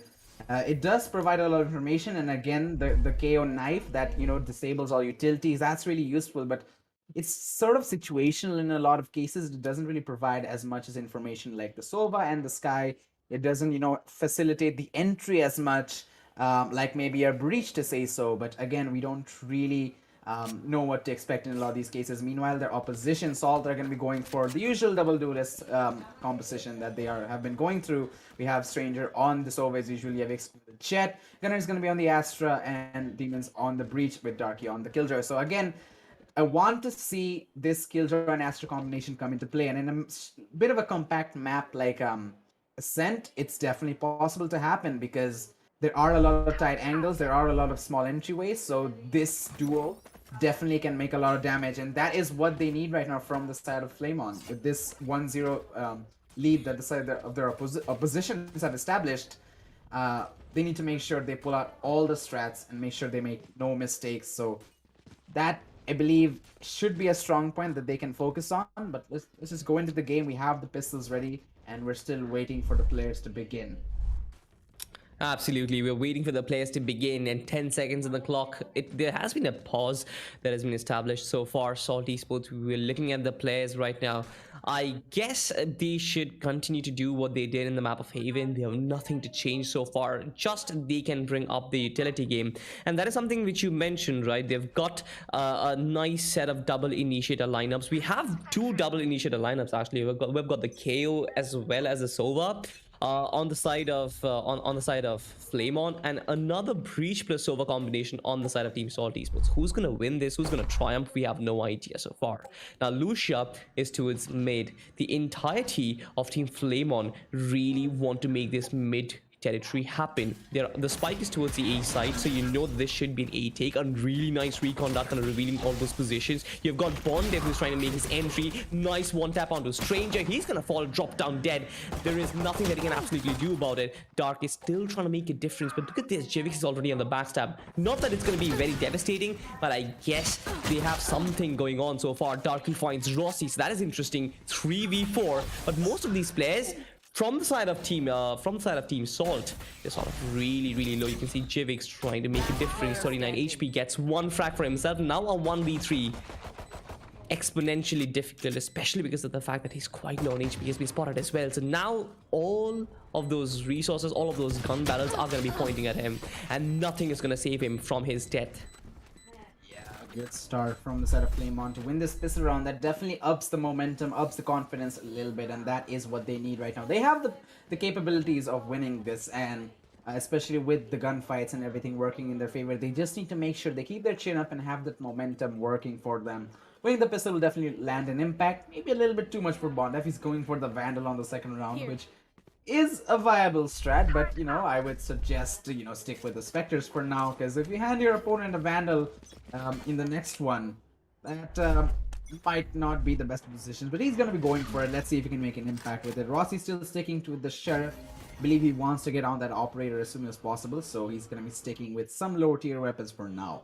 Meanwhile, Paradox is going to be walking up Catwalk. There is a player in mid, that being Yevix, but he's only got a Classic. He's not really going to be peeking this.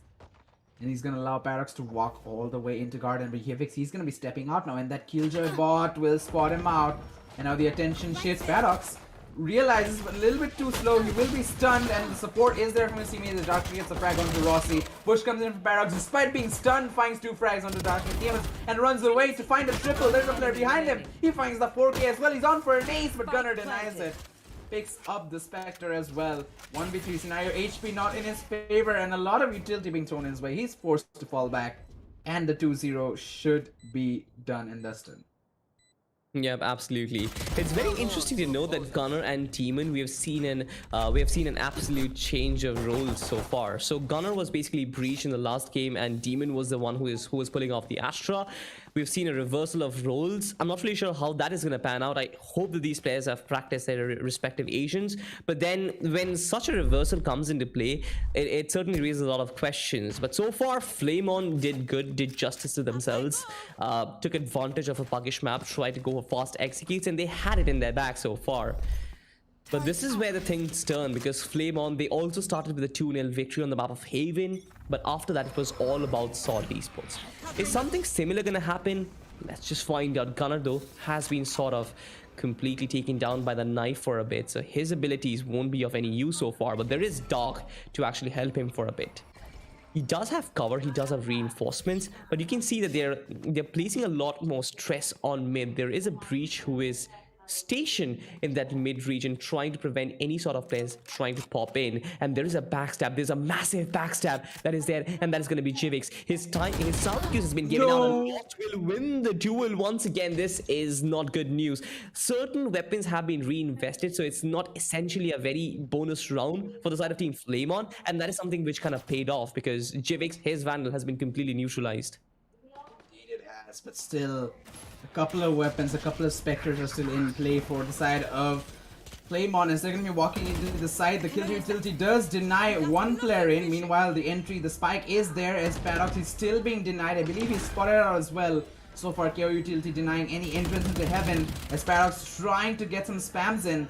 But Darky, he's in a safe position and probably realizes that he's switched and fallen back to Catwalk. But Paradox, he's not going down Catwalk. He's actually on a flank, and despite knowing that positioning, they're not expecting him to be this aggressive, and Demons, he's holding strong behind Heaven. Retake is underway, but the Breach taken down. Paradox is gonna find the entry frag, and now Heaven control established as well. Darky's trying to push him back, but Stranger gets the first frag. Trades down trades on Rossi. Darky's gonna find a follow, but lost with the trade. Now the players from Heaven trying to make an impact. Bondef gets the frag despite all the gravitational wells and lost to finish things off. That was very hectic. And the side of Flamon lose 4 players. But still, the money was in their pockets. They were able to go for the rifles, and now they can go for them again. So that's going to be a big round. Not the same for Salt though. They're going to have to go for an eco. Absolutely. This was a really important round which kind of decides the course of the game, rather decide the course of the first half. We always lay a lot of emphasis on the third round, and the fact that Flamon could win that on the back of their reinvestments, it's a really good gamble that has paid off for them. I hope that Salt Esports can recover from this onslaught, but then this time, just like you mentioned, it sort of is an eco for them, all sheriffs to work with, and all that they're trying to do is push up and take control of mid so far. They've got control of rafters, they've got control of mid as well. Once again, Stranger is just gonna get bamboozled with so many bullets flying in through the woodworks and the walls. Lucia trying to hold back. He exactly knows what's happening, right? He knows that there are so many players in mid, trying to keep them at bay with his Vandal, and he does that. Lucia finds Team in 3v4 so far. Shouldn't really be a surprise if Team Flamon can actually make this flawless. Jivix does find Lucia in the process. So now it's a 2v4. He can retrieve a Vandal, can he? One enemy remaining. But not for long as Rossi gets the frag on the Yevix. It's all onto Darky with only a sheriff to work with. Has some HP, possibly not enough. So yeah, the frag comes in from Paradox, and he's going to be making this a 4-0 scoreline. A very good start from the side of Flamon. Getting a huge lead, and the momentum is definitely edging towards them this time. The confidence that I was talking about, they are definitely exploiting that against their opponents. And right now, it's going to be a buy round for the side of Salt. We are gonna see the rifles coming in. Yevix even going for an operator. But he's gonna make this investment count. And every time I see an operator and even an Odin coming in, I want to see frags from that. Because if they aren't able to establish frags with that weapon, it's essentially, despite a round win, not really turning into a profit. And right now, the economy is gonna be a priority for this team because their money isn't the best. And Stranger just lost a bunch of money. Rossi takes him down. Close range off shot. Despite being concussed, he's missing off everything. But Yevix finally lands that important shot. Demons is here to support and takes on Bondef. He's still alive, but he's knocked down. But Yevix picks up a Vandal and is now doing a lot of damage. It's all on to Lost. As another player is gonna be down. He's gonna die immediately in a matter of seconds. Bondef, Last player standing. essentially 1 versus 3. 70 HP to work with, only 80. So 8 bullets in the magazine. Shock Dart does get Darky, but frag is not done yet. He's gonna be flashing. Yevix gets the frag in. The operator wasn't working for him. He's like, I don't want this gun. Just throws it away for a Vandal and gets a 4K. Dude, I remember Yevix being devastating with a Vandal right at the start of the game, but then immediately he switches down to Op, and that was kind of rendered useless. I wonder why these Jet players have their urges to play Operator every single time. It's not even very essential to play the Op at B law at B main territory every single time, but he's doing so. He had no business getting that quad kill in that round, alright? I'm gonna say that. He missed a couple of those shots. He rather missed like, what, 1, 2, 3 shots right at the start of it all. But then the other Jet, who was Rossi, even he was sort of struggling. The noise dink over there, Darky, prevents all these players from funneling in. Salt Esports has finally finding their groove, but then you can see Rossi once again dancing around, making a lot of noise as well as taking a lot of space in mid. But I guess he will be checked because the Sova is present. The operator once again kind of covering a lot of real estate. They know that this is not a B take, but he's still waiting for the players to peek out. Jivix once again. This is not really working out for him, is it? Now, at least he's got some information. At least he's got that information about one player presence towards the B corridor area. Finally, Yevix lands his shot. It's a 4v5 right now, and they don't really have more information of where the remaining players are. There's 1 in B, there's 2 in mid, potentially, and there's 2 in B right now. So all those KJ and Astra utilities that has been dumped in into the A side will be rendered useless, and Yevix needs to make this work with his operator alone. Will he work? Nah, it doesn't. Once again, it's definitely not working. Yevix, switch on to a Vandal and actually make it work. Get some kills for yourself. 1v, or rather 1 for the scoreline, 5-4, and we basically have 30 seconds on the clock. The frag This is is coming out to painful to Yevix, watch, but man. Stranger, he gets a double kill. Demons as well getting 1 frag. The trade does come in by Lost. Demons now will spot out the player, and he's low on HP as well. Lost gets wall banged, and honestly, despite this round win being in their favor, Please don't pick it up. No, don't pick it up. Oh my god, Demon. No, honestly, the fact that Demons were like, Don't do I hit pick Yevix. Demons was like, do I pick it up? Yevix, you're not having a good time with it. Do I do it? He's like, just give it to me, man. He's attempting. He's getting those frags every once in a while, but again, as I said, it's a very big investment, and you need to squeeze out a lot of money from it, and Yevix is not, having the easiest time doing it. The fact that he in that round where he got a 4K, he threw away the operator and got a 4K with the Vandal. I mean, if that was me, I'd be like, okay, I'm not playing enough for this game. Or should I? Oh, gets a shot onto Rossi, close range. We see the KO still there, pulls out the Blaze Storm. He'll be spotted out, but he's gonna have time to fall. He's gonna have time to fall back. Hunter's won't find him either. No. Barely alive, and he lives to see another day. Gunner now realizes a push. Sort of a very weird investment of the laser beam by the Sova, but at least they bought some space for themselves. There's Darky as well as I believe there's Gunner in this side, and Team Flamon, they really want to brute force their way in. 2 lockdowns that has been invested. Demon trying to peek out, and Bond F punishes them for it. This is going to be very, very weird because amidst these lockdowns, teams are still pushing forward. They're still trying to make it work. The attacking Killjoy doesn't get anybody, neither does the defender Killjoy. Oh wait, Paradox has actually been spotted. At least there's still Bondef who can actually, rescue him from the brink of death. 2v3 so far, and Darky trying to hold down this side all by himself. 30 It's so seconds weird left. to watch. One enemy remaining. Ooh, lost. Great shot onto Gunner. Brings it to a 1 versus 3. It's all onto Darky again, and I believe they should have a decent idea of his positioning. They know he's at least at A and has to rotate all the way, leaving all his utility there. So with almost a little bit more than enough time to spread, they're gonna get the spike down in the B site, and they can play the postman quite easily. Now Darky does have HP and armor. He can bring his alarm bot back and wait for a bit for it to recharge and place. But still, Crossfire is being held by Lucia and Paradox, and with that the turret being broken, Lost now can come into the flanks and try and isolate him. He's making a lot of noise, and now they realize that, okay, he's in a tough position. They're trying to push in all at once, and Lost gets the frag. 5-2 is going to be the scoreline, and looks like the confidence is definitely building up. Despite losing 2 rounds, despite giving Salt a bit of momentum to work with, they just take it all away, the side of Flamon, and looking really good right now. Possibly are able to win this half with an extended scoreline. That means they get more than 6. And establishing the lead in the second half. So that would definitely be something worth it if they're able to get that.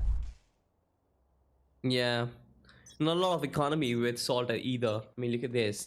He's still got the operator Jivix, in spite of it not really being his best weapon.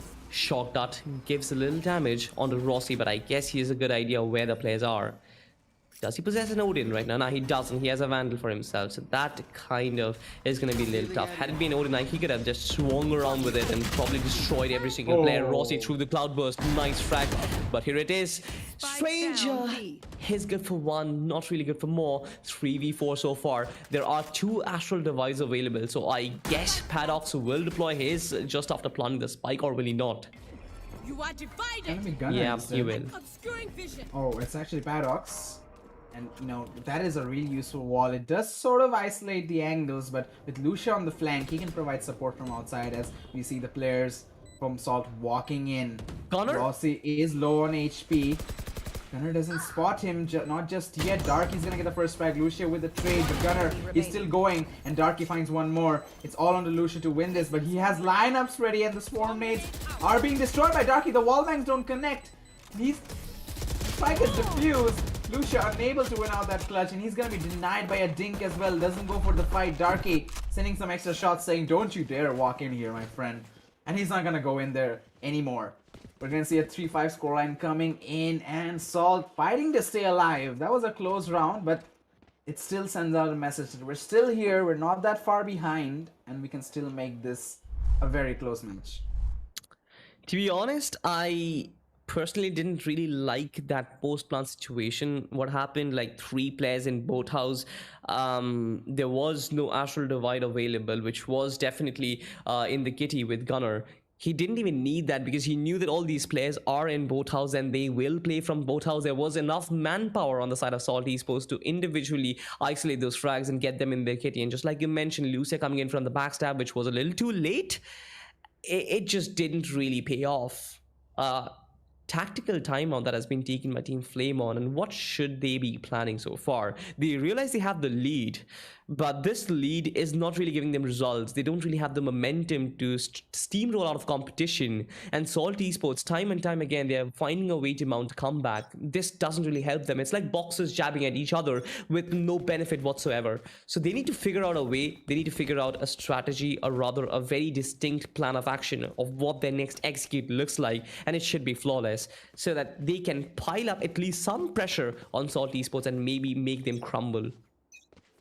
Yeah, that pressure will definitely be effective, but Salt, so far, they're trying to hold on, trying to keep this momentum going for them and trying to start to lead. But look at this aggression coming in from the side of Flame On. They're just walking down mid, and again, usually you have some sort of kill to utility placed in that mid, and possibly an alarm bot, try and slow this down, but we aren't seeing that happen from them. Darky is gonna be using up all his utility in that A side. Not really playing with Gunner as well. You know, as I said, the Astra and Killer combination not really happening for this team. So they're going to be playing very isolated to each other. But now the re-rotation is going to be coming in, and we see the side of Flame On moving towards his A side. Killjoy utility is there from Darky, and he can try and deny this. Rossi has a dash. The alarm bot will be spotting the players out, and the swarm nades, the cosmic divides, the gravitational actually comes in, but allows Darky to get a frag, 2x. Actually, 2 frags. Trade does come in from Paradox. Gunner with a brief frag as well, making this a 4 versus 2 scenario. And now the players from the side of Flame On are isolated, but Gunner, he flicks all the way back and takes down Rossi and finds another frag onto Paradox as well. 4-5 the scoreline, and they're 1 away from equalization. That's what I said. When Salt has the momentum, they're gonna go all the way with it. 1 away from equalization. To be honest, I didn't really understand what the plan of action was. Like, there was a timeout. They had the time to discuss. They had the time to get their team together. They did decipher that they want to explore mid, but then as soon as there was Astra utility deployed from Gunner, they were discouraged from exploring their territory any further. They had to fall back, and all they could string together was a full-blown push towards short. And luckily enough, Darky, who was sort of positioned in A main so far, he had deployed his utility in mid this round, and that is what made the difference. That is what created the difference, right? The alarm bot, the nanoswarm grenades sort of damaged them quite a lot. He had an easy double kill over there, after which Gunner was in prime position to get his get his 3k for himself. So this was a perfect stuff that we expected in from Salt Esports, and they executed it to perfection. But from Flame On, even though they still have the lead, even though they still have 5 rounds in their kitty, all of it is because they won 4 back-to-back rounds on the back of that economic advantage that they had set up right at the start of the game. After which, there has been 4 consecutive rounds which Team Salt Esports have won. So certainly the momentum is not in their favor, and they're losing all the good work they did at the start of this game so far. This does not look good for Flame On. Indeed, but still, they are going to be having a bit of an economic advantage. They do have a bit of a lead. They are going to be sacrificing some utilities, but still, it's enough for the team to actually try and extend the lead, try and reach that 6-4 score line, and keep the side of Salt down on the low. Because again, if they're able to break this momentum, then they can establish their own line of momentum, own way of confidence, and try and keep the match going from there. So it's actually both teams trying to find their own setting, their own footing in this game. That's sort of, leading them to the path of victory. But for now, both teams do have a bit of a taste of that, do have a bit of an understanding on how they should play the game, how their opponent should play the game. It's just that we haven't reached the pinnacle where they are directly countering their stress, they're directly denying their plays. So it'll take some time, but as we end this first half, nearing the end actually, it should be popping off, and we're going to see a lot more tactical plays coming in the later stages of these first and second halves. So we're still waiting for the players to be ready. I believe there has been some issues with the cameras, but with that being said, we are seeing a lot of impact from each and every one of the players. But honestly, I do want to see Yivix on that op actually find some impact. And again, since the little, fiasco he had with the operator where he wasn't able to hit a bunch of shots for a few rounds, he hasn't really gone for that weapon despite having money. Do you think that is the weapon, the operator, if not really, found an impact with, it's gonna hurt the team on defense. Yep. 4-5 the scoreline, and certainly Salt Esports with all the momentum in the world. We have got a tech pause, ladies and gentlemen, once again trying to reconnect the player cameras. Now, we've seen a lot of good stuff happen from Salt Esports, right? The fact that they got back momentum. Again, I'm frozen, guys. Cameras are a problem. Oh my god, I'm gonna reload just Oh god. I mean, this is a Nah, very what weird a- expression what on a me. pose, This what is a pose, this is a very weird. Guys, don't clip it. Please don't clip it and make memes on me. But I'm gonna rejoin as soon as possible. Yeah, I'm probably back. I'm probably back. I should be It back any happens, second. guys. It happens, guys. Yep, he's back. He's back, but we missed him. Thank you for production for putting me Oh, under we're the back. bus. Thank We're you. Thank you. Oh god. I mean, we all love to see him. That's why we went back to him on the cams. But yeah, we're gonna have to deal with me as well. I know I'm not the same. You can just ignore my side. But again, going back into the match, which player? I mean, this is a bit of a question. But which player do you think we aren't having the most impact from, but we expected to have the most impact from either teams? Dude, I mean, it's probably not a player that I would want to target, but I definitely would have to say that Jivix on his operator is not having the best of days. I mean, have a look at this, right? He's a great player. He's top ranking for his team so far. But with the Vandal, he's got probably, what, 1-2 frags with the operator after missing like a plethora of shots. Doesn't really make that sense. I guess he is better off switching back to the Vandal and do what he does best, that is destroy the opposition. Coming back to the game so far, we've got sort of a mid presence by Rossi, who's trying to make something happen. The null command has been activated by the KO demon, has been completely destroyed. So there's basically no preventive utility for all these players. Bondef will be taken down, but instant trade-off comes through. Stranger, especially with the Odin, can actually sing the songs of death. And here it comes. The spray takes down Paddock. The KT utility does nothing, but here it comes. The flashpoint making it work. The fragment, pardon me for that. And all these players make their way into the side. It's a 4v4 situation. The retake must be coming through any second, and they've got utility to do so as well. They've got the recon dart for some information, and when they get that information, they can deploy the astral divide accordingly. They've got 3 players who are properly on proper HP. And here it comes. The astral divide takes off both house out of the equation. A very default astral divide, to be honest. But Rossi can actually be the difference maker. Last player standing. Oh, One Yevix enemy gets a couple of frags. A 3k actually. There's only one player in the side. He's only got 6 bullets and 30 HP to work with. Lucia playing this That's all he smartly. needs. But the peak comes in and the shoulder shows. He's gonna land the head and he's gonna get a 4k to win that. That was not the round to win, honestly. Especially after we saw a bunch of frags going in favor of the side of Flamon. We did see them get a bunch of wall bangs, take down Stranger, take down Gunner as well. And Yevix was able to win it in a 1v4. Exceptional play from him. And one more thing that I did realize, that the side of Sol, they're actually looking back towards mid a lot. So I believe Rossi, pushing down mid every single time. We do see Lucia going on that mid lurk, mid round, or near the end of the round a bunch of times.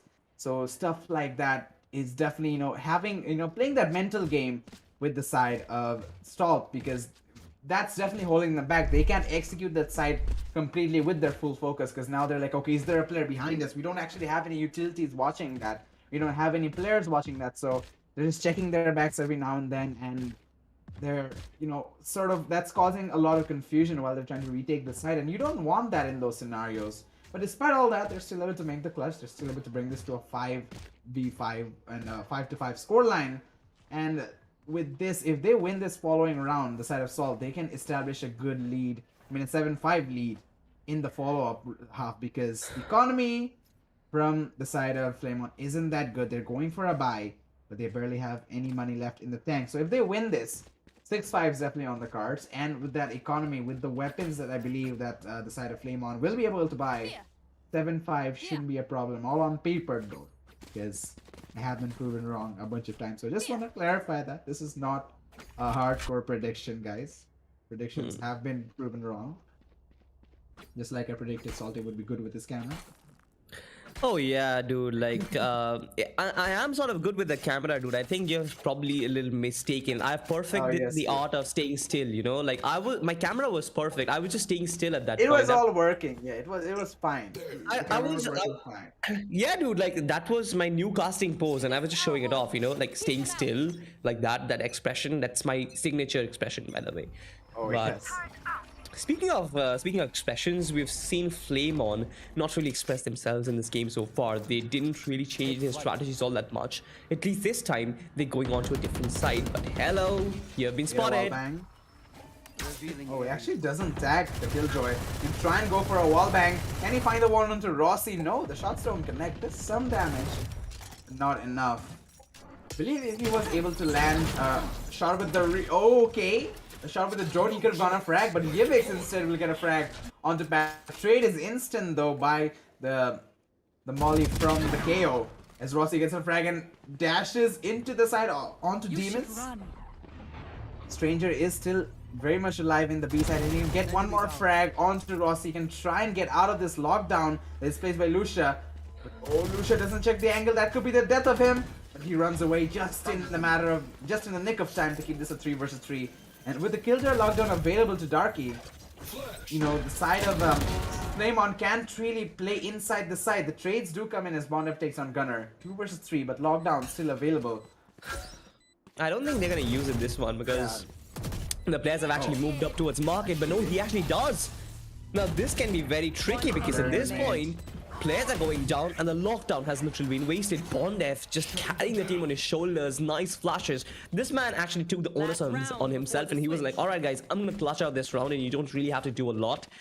Flamon showing the strength of character and not just giving in to the pressure that Salt Esports put up on them. This execute was nice, but there is one fundamental problem with it. They've executed the B side way too often, and one of the reasons that has happened is because the A side is almost unbreakable. The defense is just way too strong. Once again, you've got the spike towards the B side. You've got two players trying to position themselves in A. What comes out of it, we'll just have to wait and watch. 3 players as a form of defense in this side. And of course, this wouldn't really be an execute. They're just trying to sell out a very comprehensive fake. But I just think that Salt Esports, they have a good idea what this exactly is. Despite the fake, we do have a Killjoy residing in the B side, that being Darky, and the utilities there. Rossi does get a frag onto Yevix. He can pick up the Vandal if he wants to. Demons is there to deny, but it's not gonna actually deny that. He's gonna let him be like, okay, you take that gun, it's all good. We still have pretty decent map control. And with Darky still very much alive in that B side, his utilities are allowing him to play a little bit more loosely all around because he has the side of B under pretty good control. Rossi spots out another player, Gunner down mid, and now the execution towards B begins. You do see Stranger pushed back because of the Swarmy, but not before he gets a frag onto Bondef.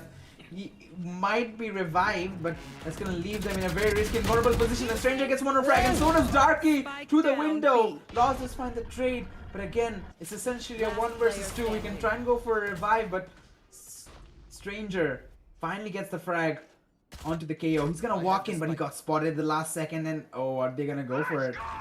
Oh, the ultimate. They are gonna go. Lost. What are you gonna do? Trying to land the taps, but he misses. Darky's gonna get that frag. And I mean, it was the last round, so why not go for it?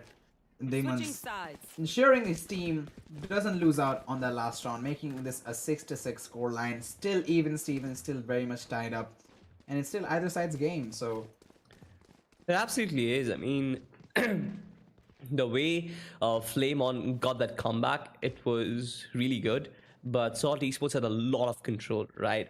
Now, the job, or rather the ball, is on the court of Salt Esports. They're the ones who are in control on what the pace of the game is going to look like. If they can dictate it well, I guess they will be able to breach forth this defense. Not really sure what the defense of Flame On looks like. You can see that there are 3 players that has been invested in B main.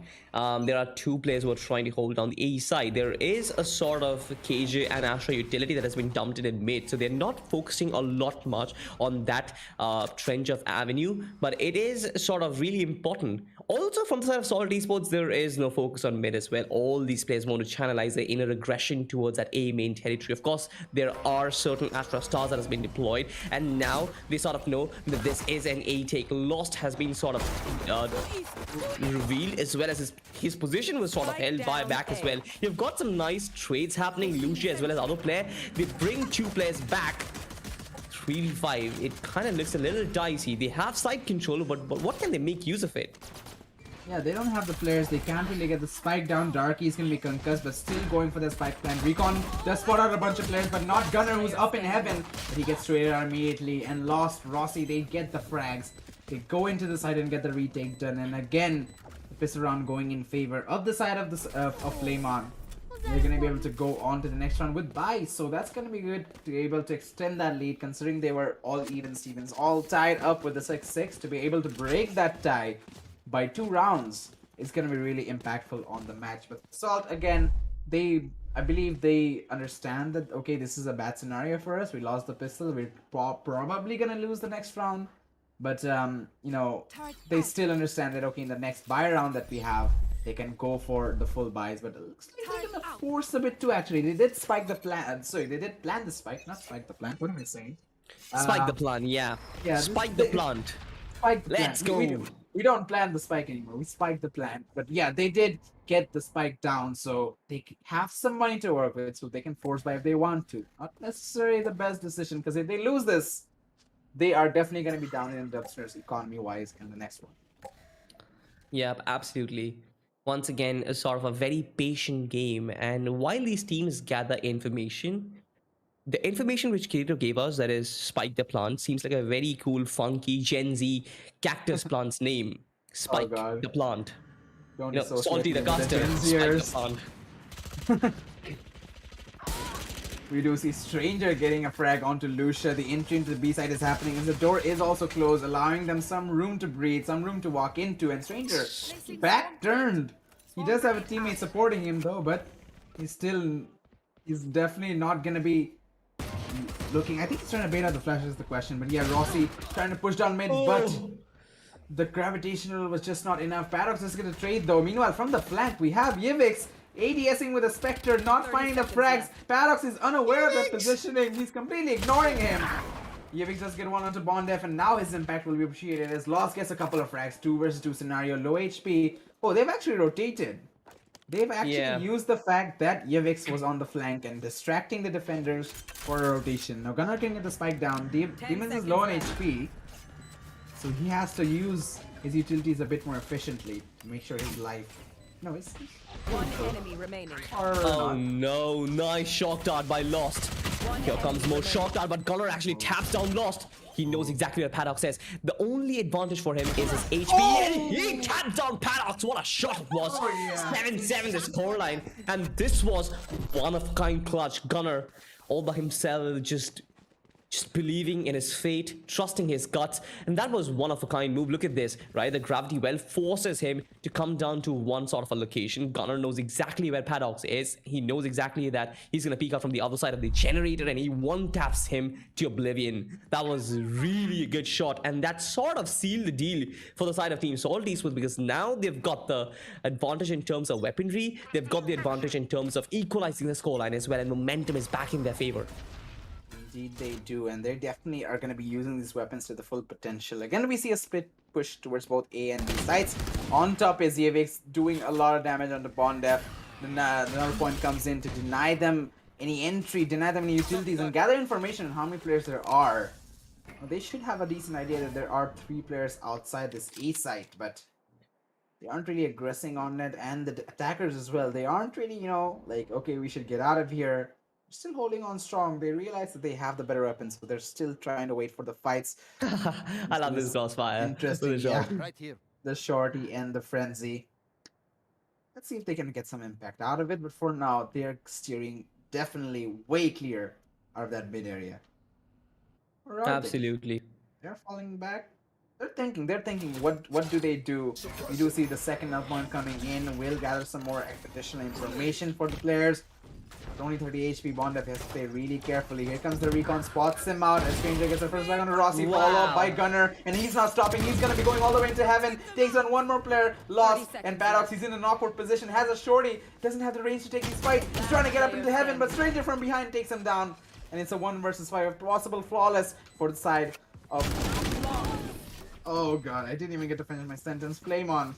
Givix gets the final frag of the round. 8-7's the scoreline. And I mean, they did have the better weapons, but the sheer confidence on this team, the way Gunner just pushed in all the way to heaven, just shows that they're definitely feeling it now. They certainly are feeling themselves, but the only advantage which was set up is the fact that their trade game as well as their coordination was right on point. This was really important for Salt Esports because now they are starting to feel themselves, just like you mentioned. They have taken the lead in the game probably for the first time. I'm not really sure. I didn't count the timeline. But anyway, this was a really important round. And even though they've got the cash, they're still banking on their bonus round. This sort of is a bonus round. They've got the Spectres to work with. 3 Spectres, 1 Bulldog, and only 1 Vandal on Stranger. Bondev has pushed up way too deep in mid, and he knows exactly what's happening. There is no presence in catwalk. There is nobody whose presence has been spotted towards A. The lockdown has been deployed outside B. He knows all these players are funneling, but now he gives out the sound cue. Gunner, what was he doing? Bondev finds a Gunner with his pants down. Darky's found the trade with an Answam grenade. This is going to be really interesting. Paradox spots one player and lets him live another date. 4v4. A few players are down in terms of HP. Bondev coming in from the backstab needs to be very careful of this crossfire. Stranger utilizing timing to its perfection. Rossi takes down Chevik. So many trades happening left and right. Darky finds a trade onto Lucia, who found Stranger before. It is a 2v2 right now. 2 players inside, 2 of them coming in from second lane. One player is going to peek up first. Paradox with a Vandal takes down one player. Darky was quite low on HP. Paradox was always supposed to win this. In Team Salt Esports, let this team live to fight another day. I mean, look at this, right? This wasn't really a very comprehensive retake coming in from Flame On. They just happened to find players who were quite low on HP right at the start of it all. And that is what comes as a con of pushing in and brute forcing your way in. All the 5 players, they were huddled in a position. Bonde found so much real estate in mid and got complete information that, okay, fine guys, all these players are huddled in just one small location. We can pinch them. And they did wrap them around like a boa constrictor. That was one of a kind move. Indeed, and I mean, I believe maybe even a lurk down mid would be really useful there in a lot of scenarios. But as you said, it was a 5-man push. They weren't, all of them weren't inside. They weren't in safe positions, and their HP was quite low as well. So they just had all that their opposition had to do was play off the trades and get the frags. So, yeah, close affair. Close affair. Did Rossi see him? I don't know, but Bondev gets a couple of frags. Darky does get one more before before his death. Or he's still alive? Or is he alive? I don't know. I'm losing the game right now, but it's initially and it's all on the Gunner and Demons. They do have the spike. They are trying to make their way down mid. They can possibly go into the A side, but there's again the Astra and the Killjoy utilities standing in their way. In mid, we have Rossi with the operator who's already gotten a frag, and he's already proven to be such an obstacle for this team. Yeah. During all the angles, he's being spotted out. The swarm nades go out, and the entry is denied. 40 seconds still on the clock. They have some time, but it's still not the best scenario for them to be in. We see the breach utilities coming in to slow things down, and we see Paradox getting a frag. Spots on the second player as well, but Lucia close inside. Gunner gets a trade, but not enough. 8-9 the scoreline, and it's just going back and forth. But for now, the lead belongs to the side of... Oh god, I can't even say the name. Flame On. It's getting tiring at this point. It certainly is tiring, but then have a look at the ultimate situation. 4 ultimates on the side of Flame On, and they've got a lead for themselves once again. The momentum seems to be swinging like a pendulum so far. What can Team Salt Esports do potentially? They're trying to make the entry, but they're definitely struggling in clearing out corners. Once again, utility game is not on point. And Rossi with the operator, just like you mentioned, it has been proven to be a much bigger threat than Jivix ever did. You have got a Cosmic Divide in position, and here it comes. Hunter's Fury, an op shot to deny one player and take him down. This seems very, very difficult. Look at this. The knives have been deployed as well.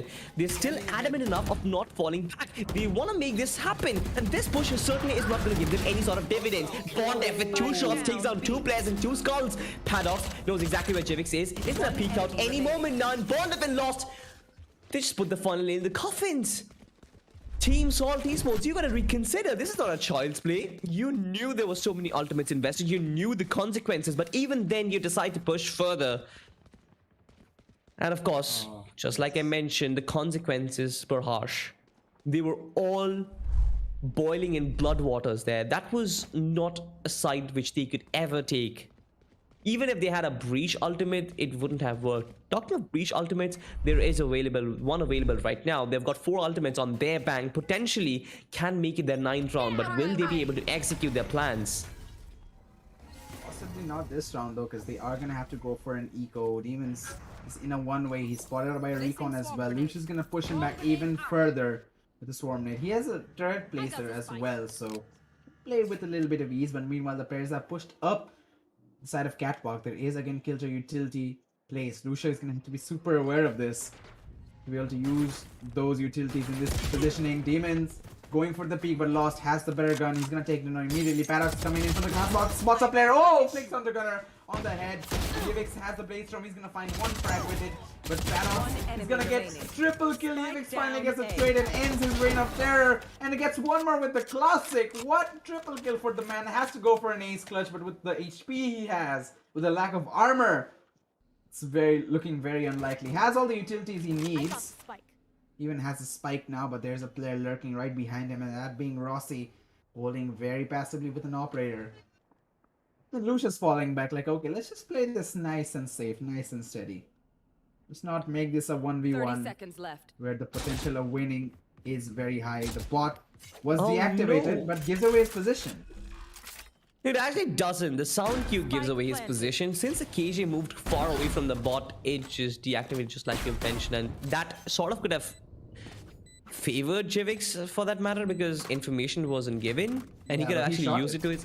Yeah, he did shoot it. He gave away sound cues. He was planting the spike, and everybody knew that it was an open book.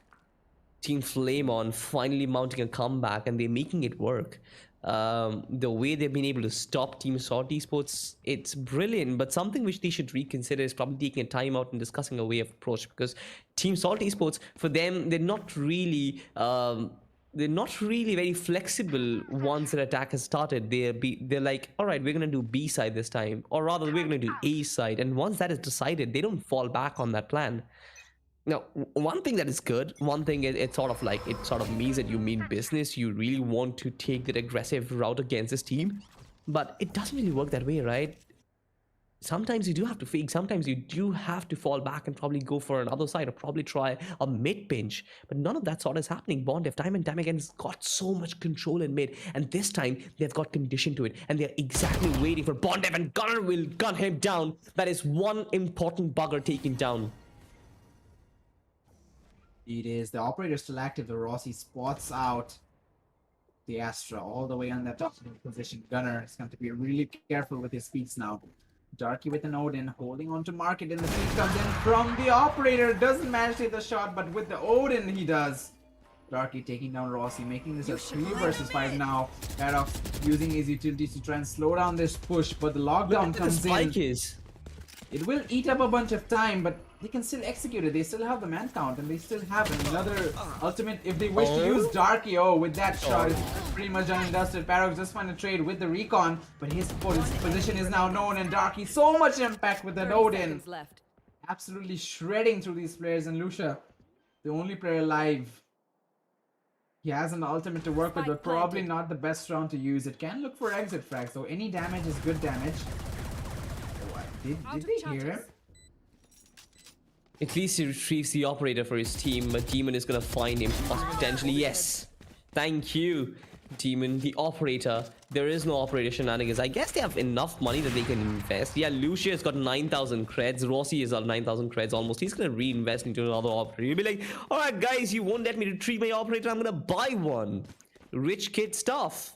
Yeah, that's But real thankfully, Team Salt Esports, they get their 9th round, and Team Flame On, once again, their run towards a match point has been halted. And this one was courtesy to a really nice move, right? They just hold their horses for a bit, let Bondev push out, and Connor was there to take down the most important player in the team. And when that happened, they also invested in a lockdown as added measure, as added security measure, as they desperately wanted that round. That round was fabulous, but they need a lot more of it. But they won't really have a lot more ultimates to use it in this round. They've got the Breach and the Hunter's Fury. They've got the Rolling Thunder as well. So that can possibly orchestrate an attack. Will it? That's a question. Here comes the Breach Ultimate. Rolling Thunder will do the entry. There are players in the site who are now concussed, but they haven't fallen yet. Bondev still very much hidden, very much undercover. Wallbang's Nobody coming. checks Can he it. find one? He doesn't find one. Let's do some damage though, but the frags will just keep on coming. They aren't able to trade it. Operator from Stranger, out of all people, finds a frag onto Lucia. It's all onto Rossi. 1 versus 5. Has an operator, but there's a player right behind him. Gunner, don't you dare! Don't you! Oh, what is happening? Rossi counters with a classic and gets a shot in. He's Come running on. for his life. Come Can he get some more on. frags? Doesn't find Givix. They're still hunting for him. They're all around him. He's missing the shots. Here comes more Breach. He's trying to run away, but Stranger denies him any chance of saving that operator. We didn't catch that on stream, guys. You did it? What? No. Let's just pretend that we didn't catch that on stream. Oh, we didn't. Right? We're just gonna pretend like we didn't see that. We didn't see that happening, and it is yeah, not. we don't. We will never we see don't it talk again. about it. We didn't even see the replay. It's not gonna happen again. It's done. never gonna happen again, and nobody talks about it. All right, it's a secret contract. It's confidential, and it has been put up cupboards and locked away exactly. But 10-11, this game is actually getting very close and very dicey.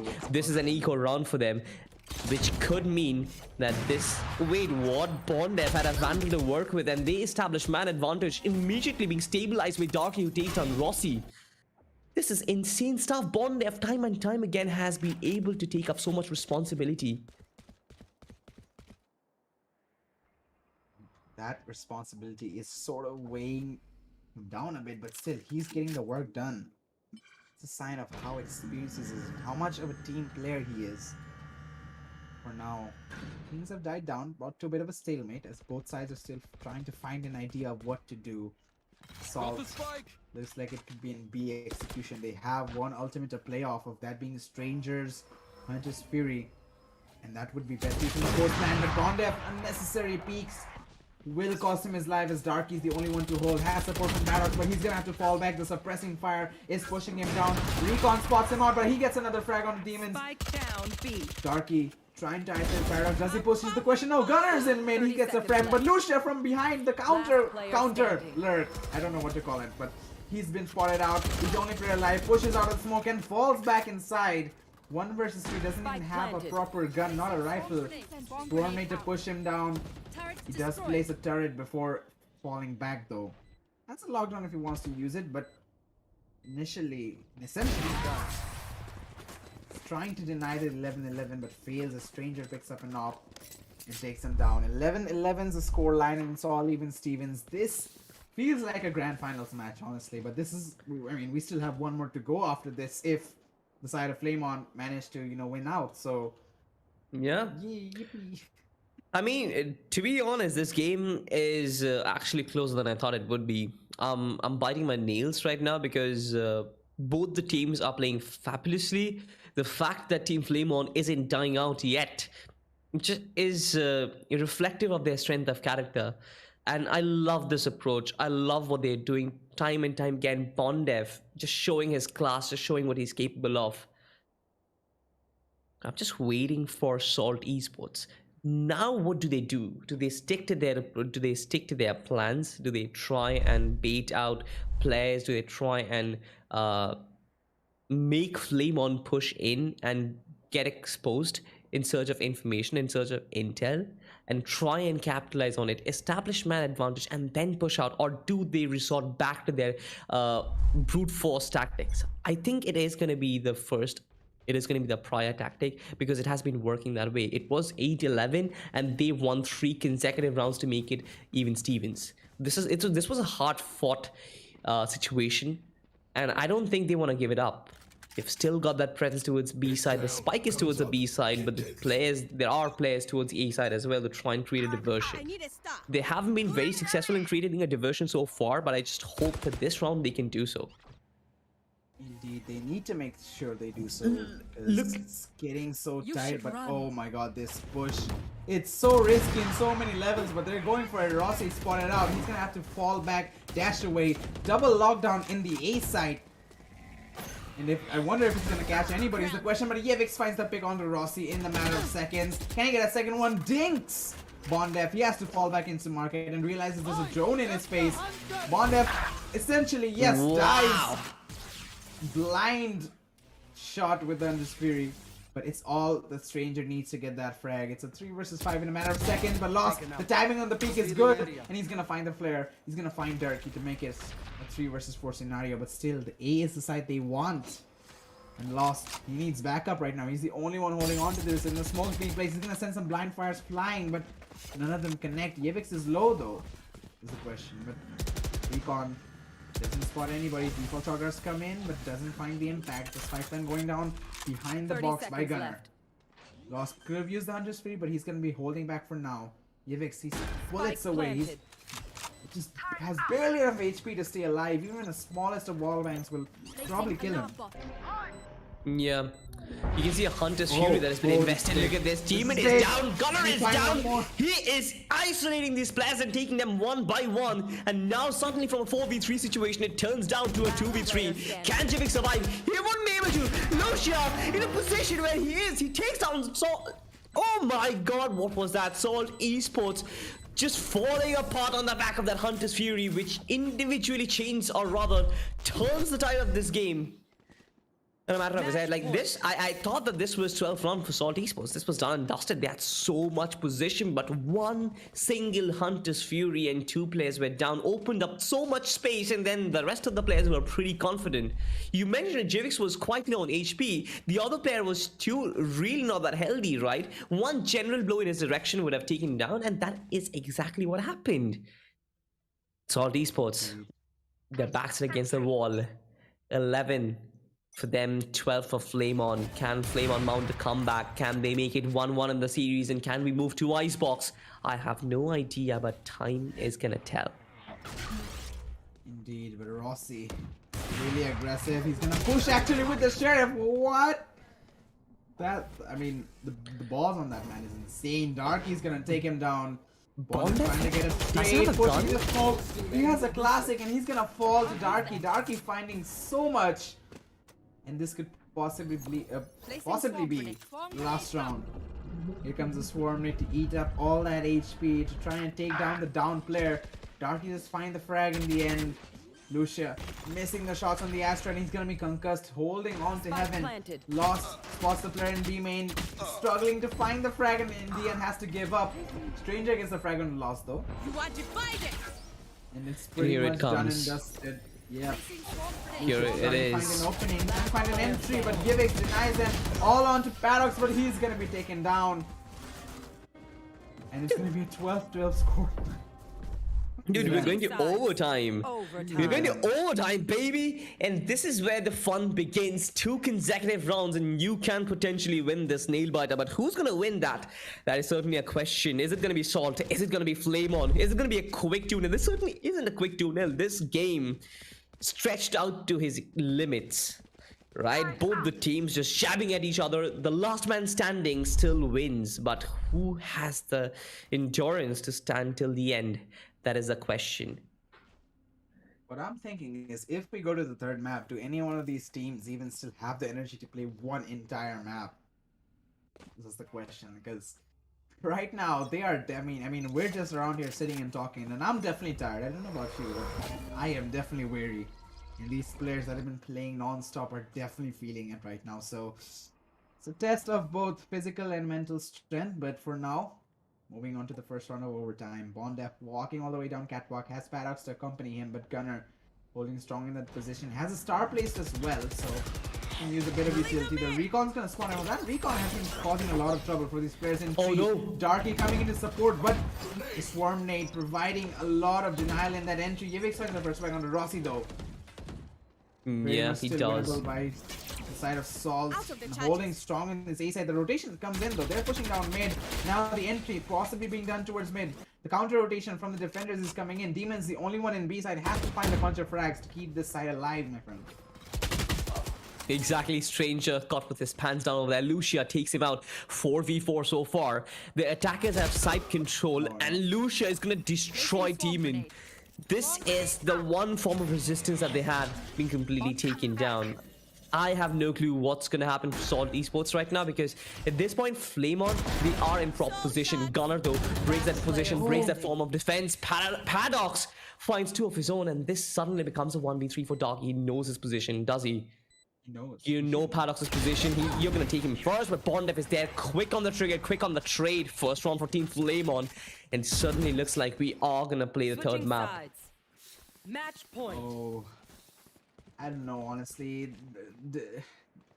Salt, they have been looking pretty good on their attack in some of the rounds. The entries are really good. They just need to make sure they hold on to the side quite well. Because in a lot of cases, we see Flamon not really holding on to the side and they're like falling back. They're playing the retakes really well.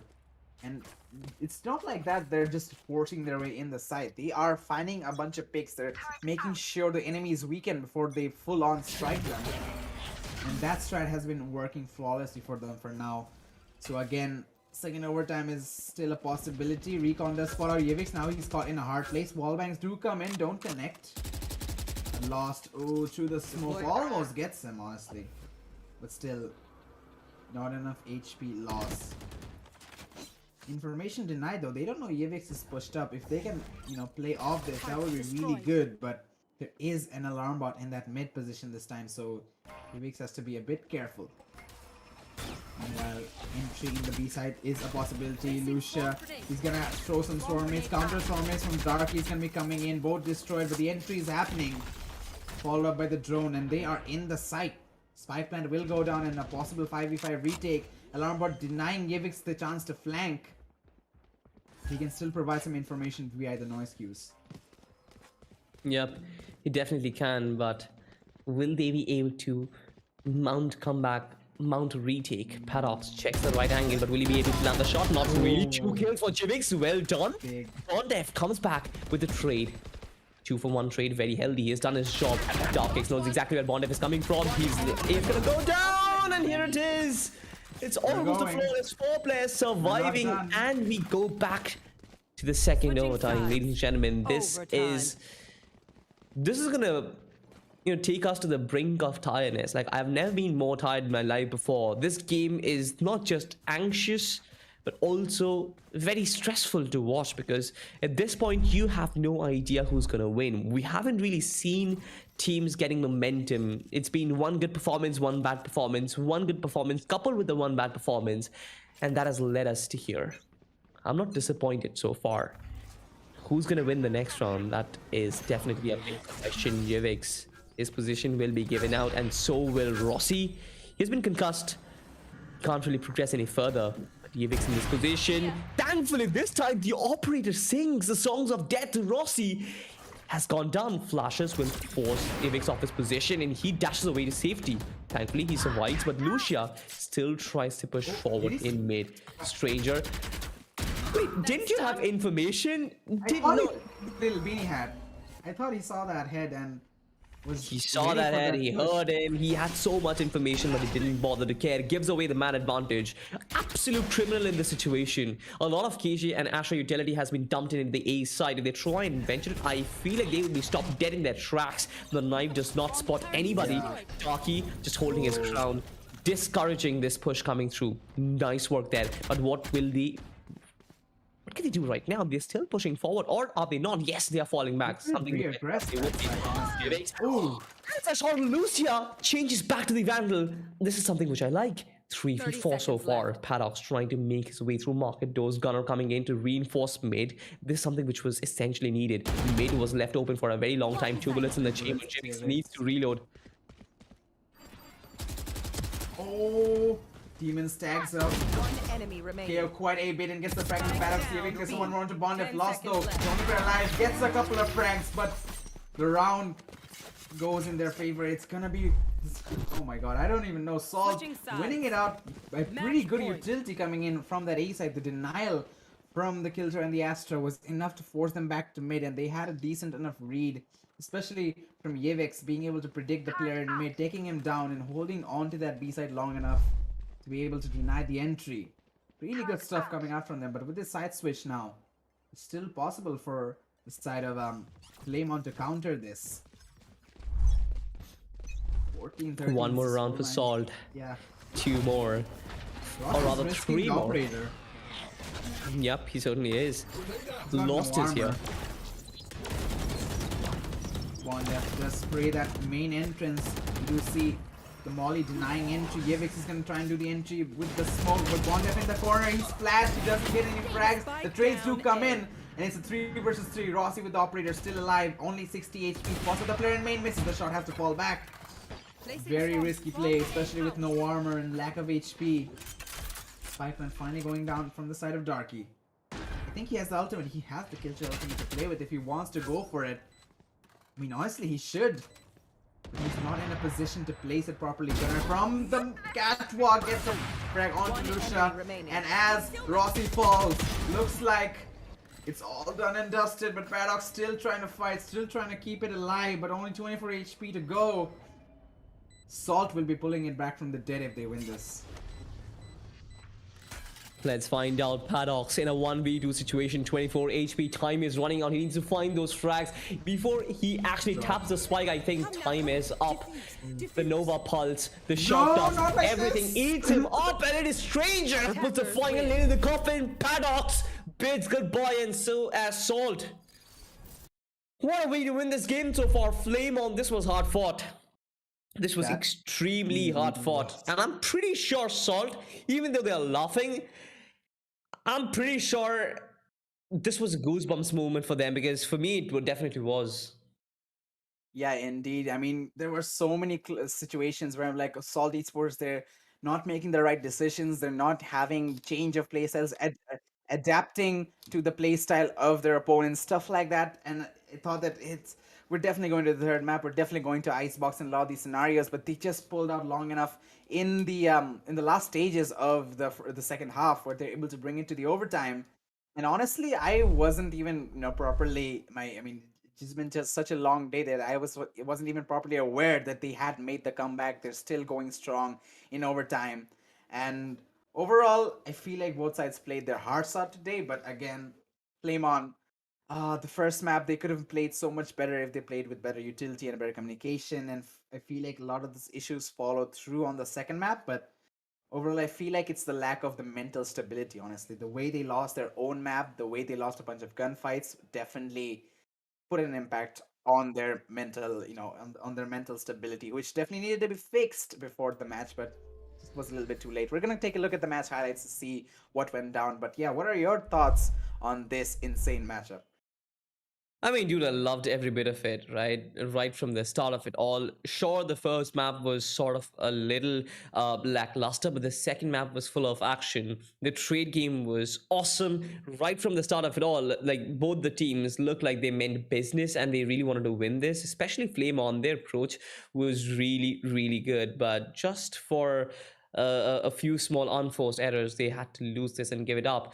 I mean, there were certain times when it looked like Flamon will actually snatch this victory from the hands of Salt Esports, but then again, Salt Esports showed the strength of character, bringing it back. There were highlight moments for every single player. Again, just like you mentioned, right? The utility game wasn't really there, but the trade game was on point. We're going to see some really, really nice trades and some nice individual action. But finally, in the end, I love the fact that Salt Esports could actually adapt on the fly and change their strategies. I love the fact that they started using more utility. They started, just taking the pace out of their game and just trying to go for man advantage and trying to go for picks right at the start of it all. And when they started doing that, I feel like things started working for them. They started gaining back the lost momentum. And once they were in overtime, they were supposed to win it right from the start. But I mean, you can never really predict what's going to happen in overtime, right? But eventually, Salt Esports could finally make things theirs. Indeed, and that they did. And honestly, I feel like despite the first map and everything, the second map they definitely stole a bunch of rounds. Like this example, for example, Yevix didn't have HP. It's just what do you do actually for Lucio? You don't really want to peek for information. You know your teammates is calling out to you that he's low, but there were some decision making errors, and you can't really blame them in a lot of scenarios. Those just were the incorrect choices in those scenarios strategically to be able to win out those rounds. But overall, Flame On, their gunplay was good. They whenever they lose confidence, we do see that effect on them. That they sort of start losing duels. They sort of start losing the gunfights, losing unable to get the frags and stuff like that. Despite that, when their momentum is on an all-time high, they definitely play like an absolute unit. They play cohesively. They play off the utility. Everything is great. But the thing is that they weren't able to maintain that consistency, maintain that confidence, and it's fine if you're winning rounds and then playing well. That's what we all expect, right? But it's when the fact that you're losing, you're on a streak, you've lost 4 rounds in a row. Okay, that's when you want that level of consistency to play through. That's what makes the team great. If you're able to, play through with that um, situation in the game, if you're able to continually play well despite being down, that's the thing that sort of separates you from a bunch of the other teams. So that is something they definitely need to fix up. That is something they need to try and make happen, because that will make this team really strong. Honestly, they have the strats, they have the fragging potential. They just need to make sure they can perform like that in every scenario. But yeah, once they lose the confidence, it just slowly falls apart. Especially I think it showed the best on the first map on Haven, because they were looking really good gunfight wise. The strategy, the utility might not be the best, but the gunfight was definitely keeping them alive. But as soon as we saw Salt making a momentum, making a mad dash for the victory, it just didn't hold on for that long. But speaking of the match, let's go into the scoreboard, guys. It's a 15-13 match. It was a long one, double overtime, but from the side of Salt Esports, we have Darky on the top, almost 30 frags. Actually, Unix is right behind him with 28. Yeah. So we just see the great fragging from some of these players, honestly. Stranger as well, 20 frags on a Sova, not bad. Absolutely, it's not bad either. Gunner with 17 frags as well, and Demon on 18. On the other side, we've got Bondef, who does have 19 frags for himself, which is lower than Lost and Paradox. But then I feel like Bondef had the biggest impact, and that is one of the reasons why he is the MVP for their team. But even that is not really enough against all esports, because they did triumph just like you explained perfectly. I mean, this was a really hard fought game. I'm not even surprised that one of the players almost reached like a 30 bomb. But Darky and Jivix, kudos to you guys. Even after like struggling with the operator, Jivix backed himself with a Vandal and coming back and getting 28 frags in this game.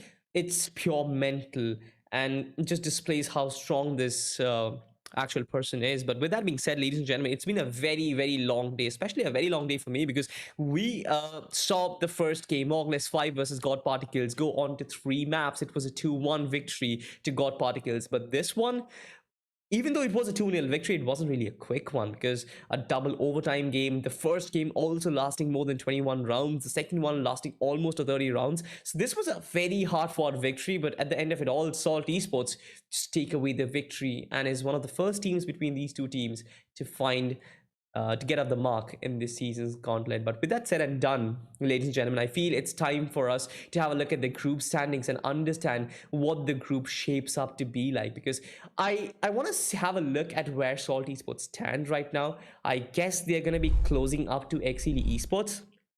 Pretty Yeah. sure, just waiting for these numbers to pop in. Okay, so Salty Esports, since they've lost 1 game so far, they're in 3rd position with 2 points. Exili Esports played 1, got 2 points to themselves. God Particles, meanwhile, have 4 points. Orkless 5 with 1 point because of the fact that they have got 1 map for themselves. Or Flame On, time is sort of running out for them because they've lost 2 and they've played 2 as well. They couldn't even get off the mark because they couldn't get a single map of either of the best of three series that they have played. So not the best of start. Still waiting for Enigma and M42 as well as Team Arrow to start their journey in this season's gauntlet as well. Because Enigma Gaming, we all know them. They are one of the favorites for this season's gauntlet and taking the championship home. But M42 Esports, I want to see how this team has actually grown.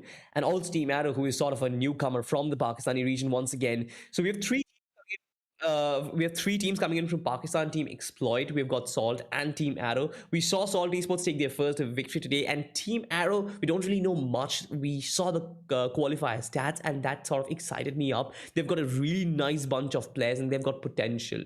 All I want to see is how can they rack up against the rest of the team in this group. If you think about it, I feel like for Team Arrow, I really don't have a lot of expectations apart from just retaining their slot, even though there is no retention of slots, because this is sort of the last season of Gauntlet, and it's sort of poetic that we started this journey so long back. But speaking of journeys, even today's journey was a very long one. Two great games to sign off today's Gauntlet. Ladies and gentlemen, you are watching LG Ultragear presents the Esports Club Gauntlet Season 4, powered by Crucial. Our apparel partners are 656. My name is Salty, and with me I had Keto for the first time on the desk with me. We have some amazing deals in the description, so go check that out.